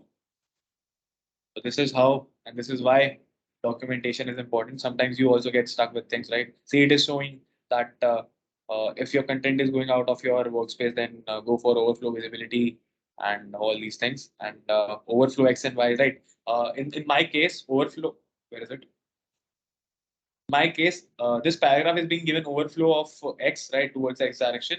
And earlier I was giving here, right? Earlier I was giving in some this lorem div. It was overflow Y, right? So this is basically overflow X and Y and visibility hidden overflow clip. So what basically happens with overflow clip and overflow ellipsis is that, like for example, what you're doing is this is your paragraph stuff and you have huge amount of text which is being overflowed towards your X side. Now you don't want your user to go and scroll this place, right? You don't want this, but the text is there and also you want it to be just one line. So what basically happens is you basically give it a property of text overflow clip, and you can give a property of text overflow ellipsis. What ellipsis does it? Like what happens is, we write some content here, right? And if we want to like want the user to know something is there, then we what we do is we write triple dot. Okay, we can triple dot is there. Like more content is yet to be watched, and this overflow is like the content is still there, but I'm not enclosing it towards my next line, right? So same way, the ellipsis does this. It converts the further text into this triple dots and converts the forward text in the triple dots, and you can easily scroll like scroll over the things inside this X only, right? What you are doing in this case, I'm not just able to get a small mistake. Why is it happening, right? No worries, but MDN we can refer MDN, of course. MDN is the Bible. For that matter, go to MDN and try out different stuffs. We can also see it like syntax is there and different examples is shown in front of you. So, like fortunately, you have to refer MDN and this W3 school. So go for it, try it once, space around. That's different. That's different. Auto scroll, overflow scroll, right? This is basically the scrolling part, right? There is no example of Excel, but no worries. We'll try to cover it sometime else also. But read the documentation first and go for this overflow property. This is important for like making your phone book. You can like utilize it in your phone book as well. Then what happened this way? I don't know why. There's a little small mistake. I don't know what I'm doing it right now, but rather than just sticking on the mistake, we'll move to the next topic. Okay, so one more thing we are having is like when we were discussing about this display properties, right? Like the display properties, we were having display, we were having positions, right? We were able to change the layout with them. Then we have one more thing. We have float and we have clear, with which we can change the layout, right? Layout is how things are going to look. To change the layout stuff, we have these three major things which we are able to like learn till now. Just for now, we have more grades and all with us, but now we are going to study about float and clear. Now, just for instance, you have a text box here, right? Just for instance, you have a text box. Now, generally what happens is your image comes here and your paragraphs too comes here and sometimes some more paragraphs comes here and let's say there is an image, you just want a paragraph to be displayed, not here, right? Nothing to be shown here. Like we have different, like we go to Times of India newspaper later, right? Times of India newspaper edge, let's see. Right. So in the similar way, uh, see the photo is here, content is towards the left side, and in this case, the photo is only there and content is towards the down side, right? So this is uh, why we this is like we can do it with the help of float and clear. So we'll make one more folder, float and clear. If we go with it, then simply we go with index.html. We'll go with style.css and go to the boilerplate, linking my style sheet, style.css. Right, I writing it in float and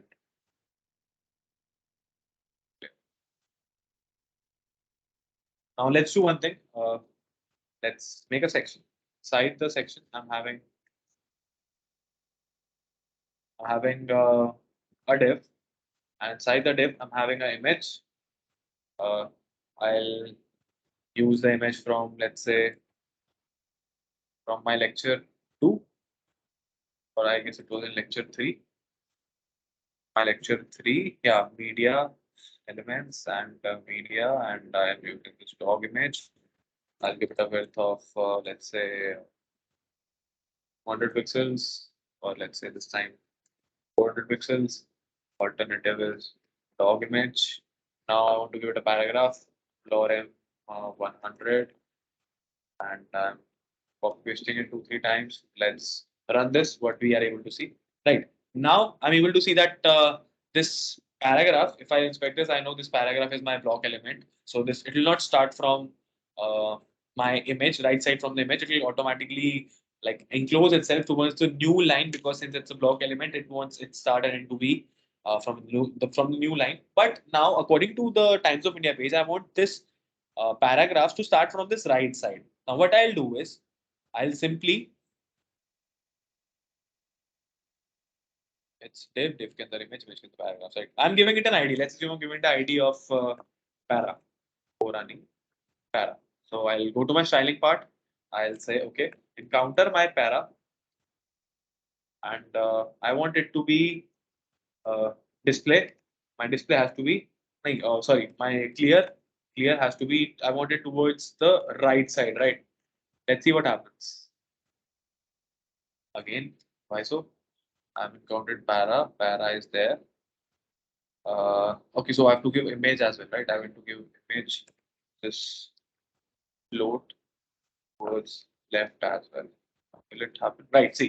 Basically what happens is this float and para works hand in hand, right? Floats and clear. Really sorry, for floats and clear, not the para. Floats and clear work together. Like if I want my image, this is my viewport. If I want my image to be towards the left side, so I simply select the image and give it a property of float towards the left, or if I want it to be in the right, I'll write it float towards right. And since I've used it float, now I can apply this clear property. Now, how will this clear work? I've selected like I want the clear property to be over my paragraph, right? Now I'll simply say clear. If I want my text to be here, then I'll simply write left. But if I want to be towards this side, I want it to be on the right side. So I simply say it right. Let's see it again. For example, I've uh, like picked the image and I've given it a float property towards left. So what is happening is my image is being towards the left side. And since I've given the paragraph to just start from the right side, so it is automatically changing its behavior and like starting itself from the leftover part of the image, right? If I'll do it left instead of right, then let's see what happens.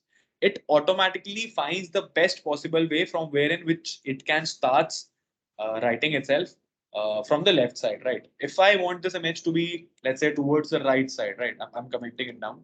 I want this image to be towards the right side, right? Let's see. Now the image is towards the right side, and automatically, not automatically, because we have written float here. If I'll not write float in here, then it will don't encounter the paragraph here. Just a second.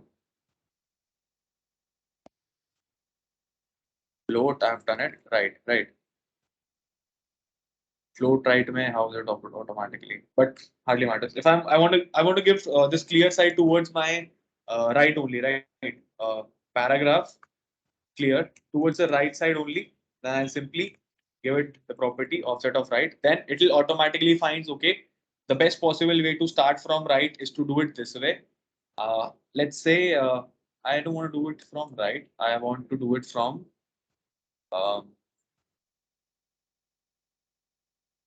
inline start. How will it see? It will start from itself. See, basically, in a nutshell, you can understand this para which I was encountering needs to know that how this image is being placed, how image or this float size being placed. If you'll get to know about this float, then you can use clear to make it towards like we were doing a side tag, right? Right. Cool, best. We were doing the side tag. So this is how you can make your aside tag towards the right side of the image. If you just want to use one line of CSS, not much of the styling, that this is how you can keep your aside tag towards left or right side, wherever you want to keep it, using this clear as well as this float property, along with, I would say, you want to give it a margin, right? Paragraph, when you want to give it a margin, it's overlapping, right? 20 pixels. We'll simply have used float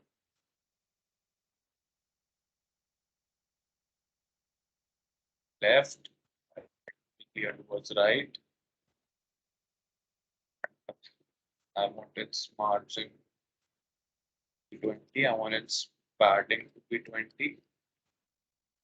See, so now it is getting padding towards each other, but uh, margin, yeah, margin and padding, both the things. These paragraphs, there are three different paragraphs, right? They are getting margin padding as well as they are being started from, like I would say, from the yeah, from the ID format wherein I have given this. Like if I remove this ID, I'll simply encounter the paragraph. Okay, so that's why it was happening, right? I gave it ID initially and I encountered it in the paragraph. Got it. So again, this marching and padding is working, but in the case of if I again go for the ID stuff, I want to give it ID from here. ID I'm giving it as clear only, CLEARR. I'll do my styling. I'll paste the stuff here.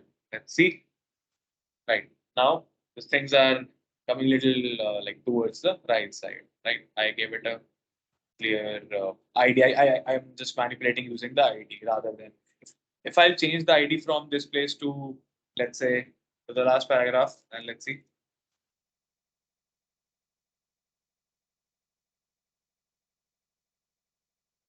All the paragraphs are almost the same. So that's why, like, basically, keeping like using the aside thing, we can use it like float and clear. This is a very basic property which we'll never use, but just for instance, making a basic application, you can try using it and make a newspaper according to like Times of India ka utha lo and make a newspaper, right? Times of India. So this is basically your homework to make a Times of India newspaper. And for reference, if you want to go to MDN, clear and float, right? So this is basically how is it occurring. And like we have left side, we have right side. This is how we do the clear stuff and display block. You can change like the inline to block. I don't know what functionality they are trying to figure it, but you all know the meaning of inline start, inline end. And let's go through the values. Let's go through the properties which are given here and try to make uh, any of the newspaper kind of stuff. Like let's assume this is the one. Try to make it this way, right? Cool. And make sure generally we don't use this float and clear thing. It is just for the education purpose right now. Generally we don't do it, but we have different like we generally use the flex boxes for it, which we'll be studying in the next class. Flex boxes for it, but just to understand stuff, how clear and how float works. So do go to MDN and try to make small assignments. And one of the assignment your homework three, I guess, right? I gave you homework three. Uh, Here, right? Homework three is your big newspaper, right? To do it this way. Also, MDN refer. It's important. Start reading it. MDN or MDN is really important for every one of us. Even for me, even I'm stuck many a times. Like today, I did. So I had to like Google stuff and try how wherein I'm wrong and wherein I'm not. So it's a very important documentation part is important to read. So make a newspaper and like you can give it a designing part, whatever you want, right? So let's go to one or two more properties. Like what about the background stuff that is important to know? So one or two more properties for the HTML. Rest you can uh, do it in the like what we say, read it from the empty, right? Background. I'm doing it here only. Let's assume I'm removing this paragraph. I'm writing simple Lauren 34 and now I don't want this to be like added as an image this way. I don't want it to be added like an image this way. What I want is I'll simply okay first let it be this way only.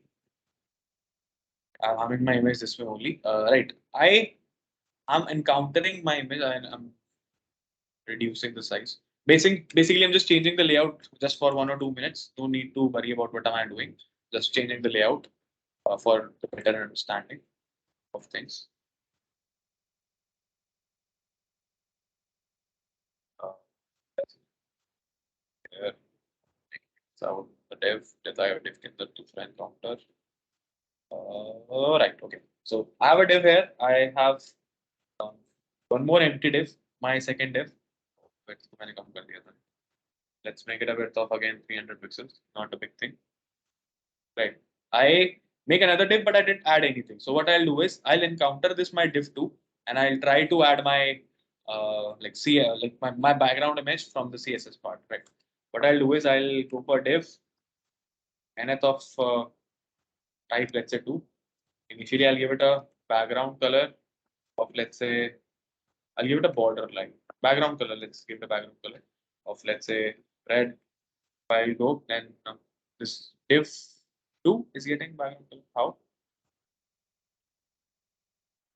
Okay, I'll write something right.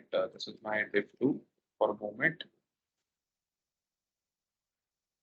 Why is it not collecting stuff here?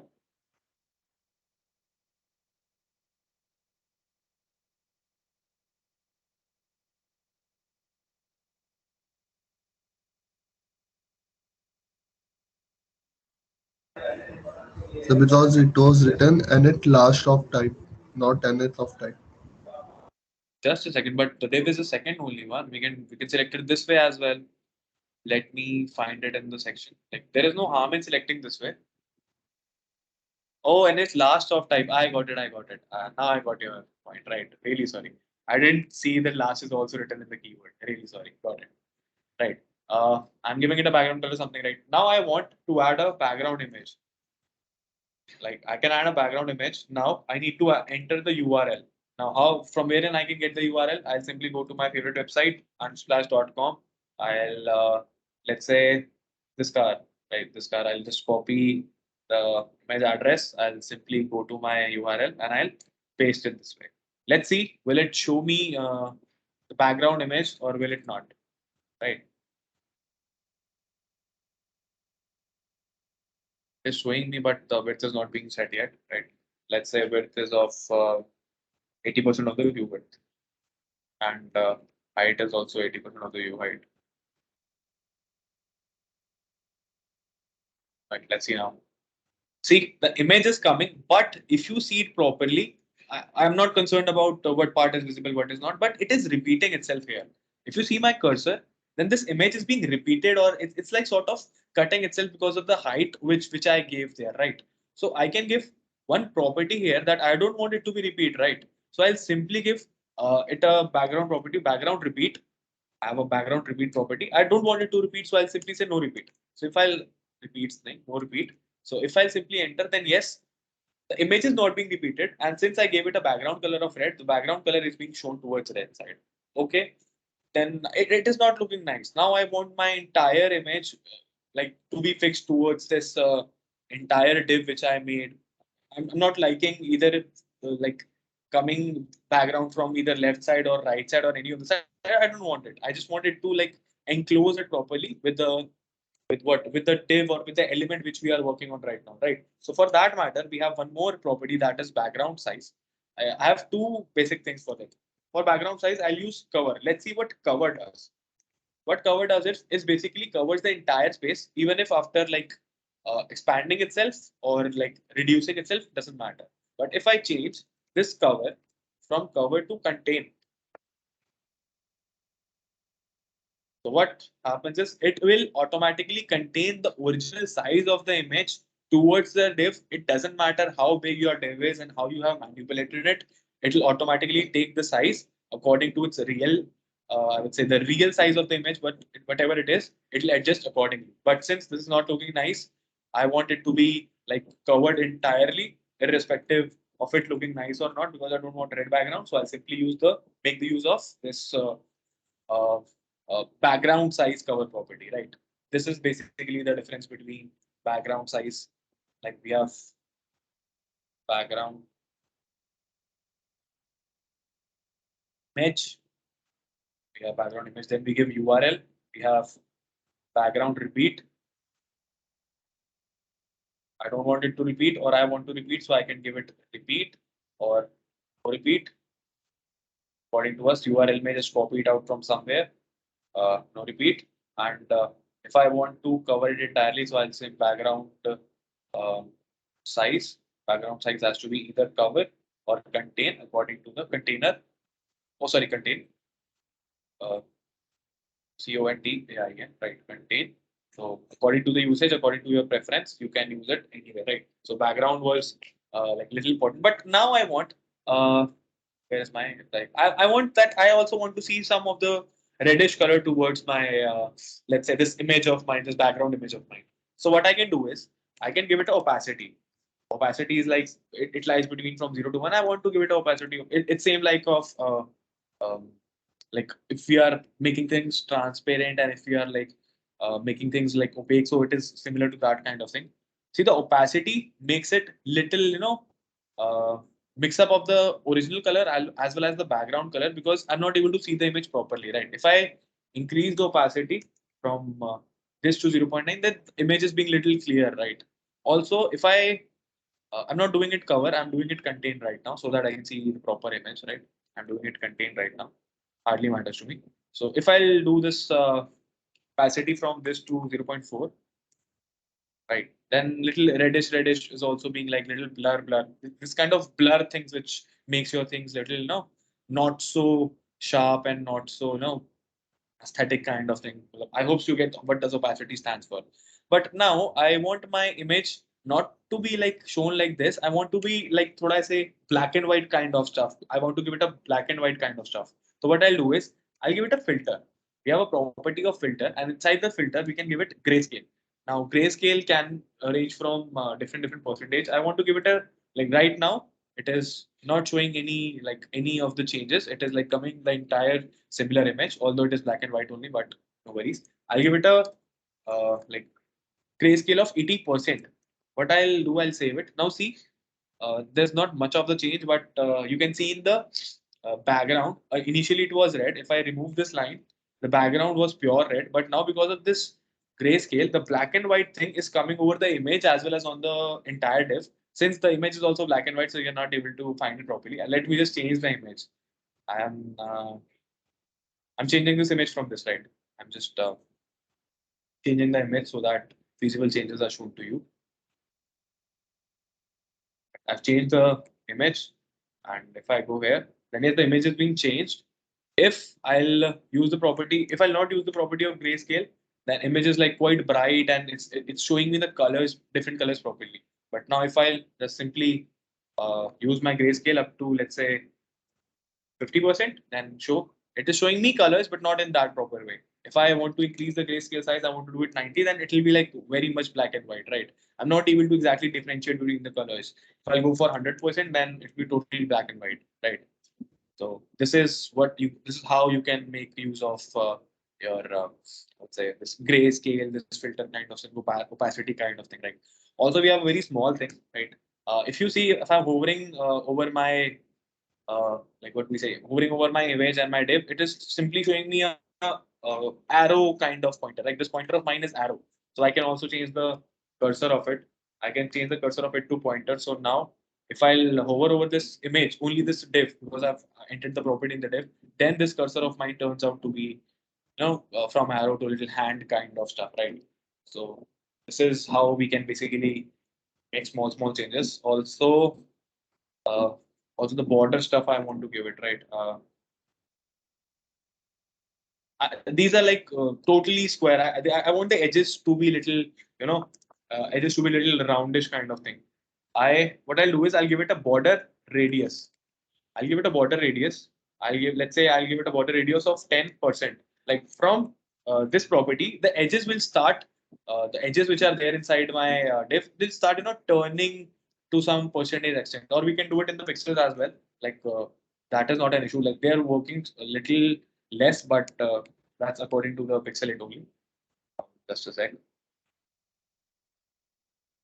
Like if I'll save it, then more curviness is being shown towards that side. If I'll make it like, let's say I'm making it 100, then you'll see the entire thing is about to get, enclosing itself to be in a circle, right? So I'll simply do, I generally prefer to give it in percentage. That's easier in a better way. So giving it a 50%, it made something like ellipsis kind of thing. And if it's a proper square, then we'll make it a circle, right? So this is how we can bend the borders of it, border radius. And if you want to like do it from each end individually.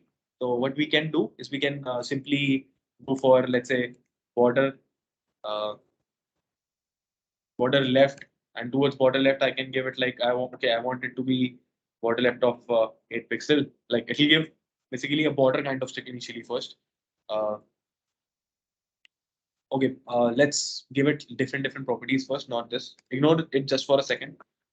If I want to give it a border radius different for different things, I want to give it different for the left, different for the top right, different for the top left, different for the different edges which we are having.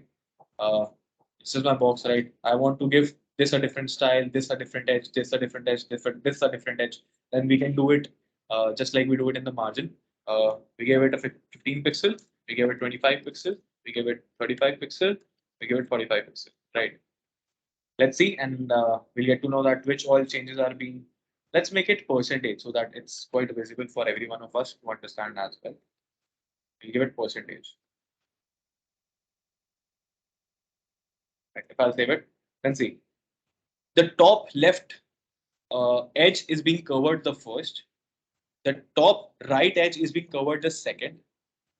Then this right, lower right, and then this let's say uh, lower left. Right. This is how things will do. Initially, if you encounter, then this is basically the order how which you are giving the offsets. We can also check it by this way, right? Top two and then bottom two. If I change again this bottom as well, then 5 pixel very less. This 5 pixel is coming from this place. So the third offset is basically from the top bottom right, right? This is how we give individual border radiuses to things. Border radius, not the border, right? Now we are learning about borders. Right? Borders is like, what is the width of the border? I want to give it a 2 pixel width, not a 2 pixel. Let's make it 12 pixel for this time. 12 pixel width. I'll make it a dotted border, right? Let's make it a dotted border, and I want to be it of a blue color, right? If I do thing, then see, so I've given grayscale as well. That's why it's not showing me, right? Yeah, I'm removing this grayscale. I want this image to be there. I gave it a dotted border, that too of border radius 50. If I remove this, then this will turn out to be squarish kind of thing. And see, this turn out to be a squarish kind of thing. And now this, like, it's been like covering blue from all the sides. Now, if I want this to be like not covered blue from all the sides, I would say not like I want to place it different for different sides, right? Now, what I can do here is I'll give it border left to be 2 pixel solid green. And similarly, I can go for different sides, border left, border right, border top, and border bottom. And I'm just changing the colors according to me, anything, any random color, nothing specific. Right, so I did it this way. Now, let's see. I need to increase the size from 12 so that it is visible to you guys. See, now left side is being given the border of some other color, top is being given of some other color, and different colors are being given to different borders, right? This is how we can like manipulate and make the changes according to our usage, right? Things are easy. Things are going like these are just the properties. You can simply go to MDN and write CSS properties, right? So you will get things there, and it generally comes with practice. If you use it 5, 6 times, then it will be like, okay, there was something like background image was there, and some background size kind of thing was there, right? So this will come by practice. So it's okay. Go to MDN, try out different things. जो भी class में चीजें हो रही हैं, try that as well. Read the document. That is also very important. I'm just giving you a basic glimpse that how things will work for the future stuff. So yeah, we are done with the properties, I guess. Now we have to. What's the time? Oh, it's 1:15 already. Really sorry, yeah. I didn't check for the time. Really sorry for that. So we have to wind this up now. I guess it's 3 minutes already passed. We have to meet in the evening as well. So till that, you guys need to do the homework. Homework will be checked in the next class. We'll be sharing again the Google Sheet. We are just trying to make a folder for you guys, a different folder for you guys, so that we can like accumulatively collect your material at a place and mark you according to it. So you have time till that day. So just do out stuff, try practice, and go to MDN. Of course, that I always say, go to MDN and read out stuff, right? So okay, winding up it here. We'll meet you at I guess around 5:30. We'll discuss the assignment, and if needed, we'll study ahead as well, right? So please do come in the evening session as well. We might study, and like if it required, it's totally your call, right?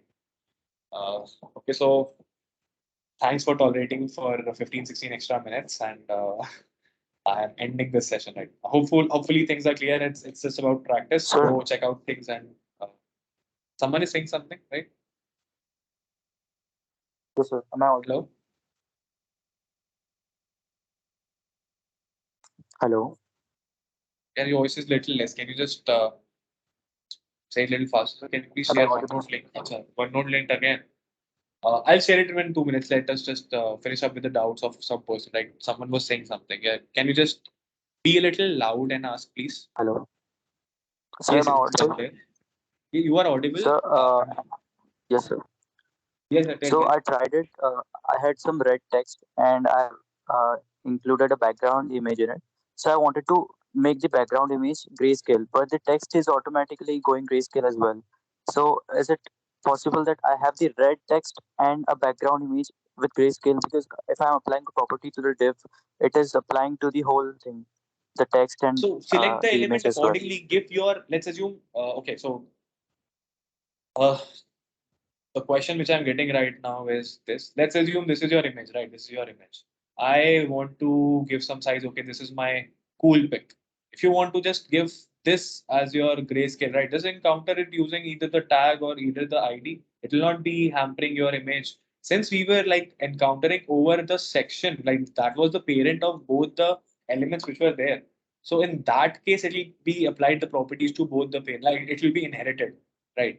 But in the case if you like selected using a class, or it'll be like if you selected using some combinator selector or anything, you can select it like different ways are there, right? So only this will be encountered for the grayscale. It depends on the selection. We in our case selected the parent. That's why it happened. We selected the div, right? So that's why it happened. So how can we select the background image? It's in the CSS itself. It's not in the HTML. So simply do one thing. You give the image in that case, right? I was just telling you So just some one more including an way image in to. it's Sorry, what? so you're saying that I can have a different image tag instead of using it as a background image.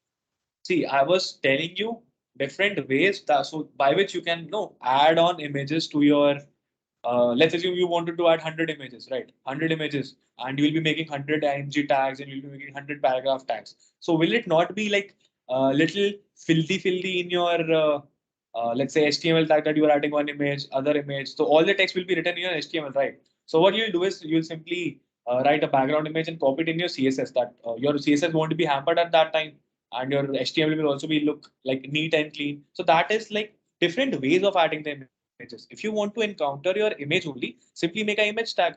Inside the image tag, you just perform the properties, give it an ID. That was just one more way of adding an image, right? One more way. Okay, Like sir. I the got way it. you want to do it, that's totally up to you. But if you want to select something, then you actually have to use something like related to that element or some ID, and that is only possible only when you just select it with your HTML tags, right? And combinators and all. I'm sharing my OneNote link here, Abhilash. I'm just sharing it in my. Hope so. Like thing is clear that why we started background image, right? Yes, sir. Just one more way to do it. Sir, can you please describe the homework one again? I totally forgot what the homework one was. Also, for today's class, okay, for the today's class, phone book. Okay, so we are phone book was in Overflow, right? See, I'm sharing this again. This is for phone book, and what we need to do is go to that document, scroll down. Once you scroll down, actually, this is Overflow. I have to go for. Yeah, I'm sorry, really sorry. I gave it the wrong link. I gave the wrong link. Really sorry for that. Ignore the above one. This is the right link for position stuff, right? So now you have to go for the results here. Just scroll down, you will be able to see this phone book kind of stuff that from A, I have Andrew in my phone book, apparent in my, like you can add numbers or you can add any random thing in it, but it should be like a heading of A. And then when I'll scroll up, then this A will be replaced by C and it will be replaced by E and blah, blah, blah stuff, right? Entirely like what happens in our phone book, it is the similar way which you need to do. Not the entire functionality. I'm not asking you to do for the entire functionality, but I want you to just practice positions for with this, right? So positions, sticky and fixed will be clear with this stuff, right? This is the second link which I sent is regarding this position. I'm stopping my screen right now, screen share, so that I can share my OneNote stuff with you, right? Just a moment, huh?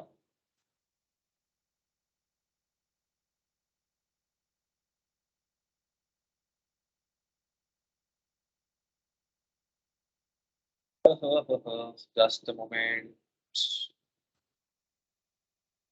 Okay, so this is the link to my OneNote. You can practice it from here, and I guess things were clear. And of course, you have to study from Indian as well. So see you guys at 5:30, and we'll be like discussing with the assignment, and we'll be like proceeding forward as well, right?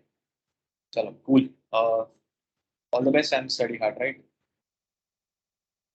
Bye. See you. Thank you. Bye.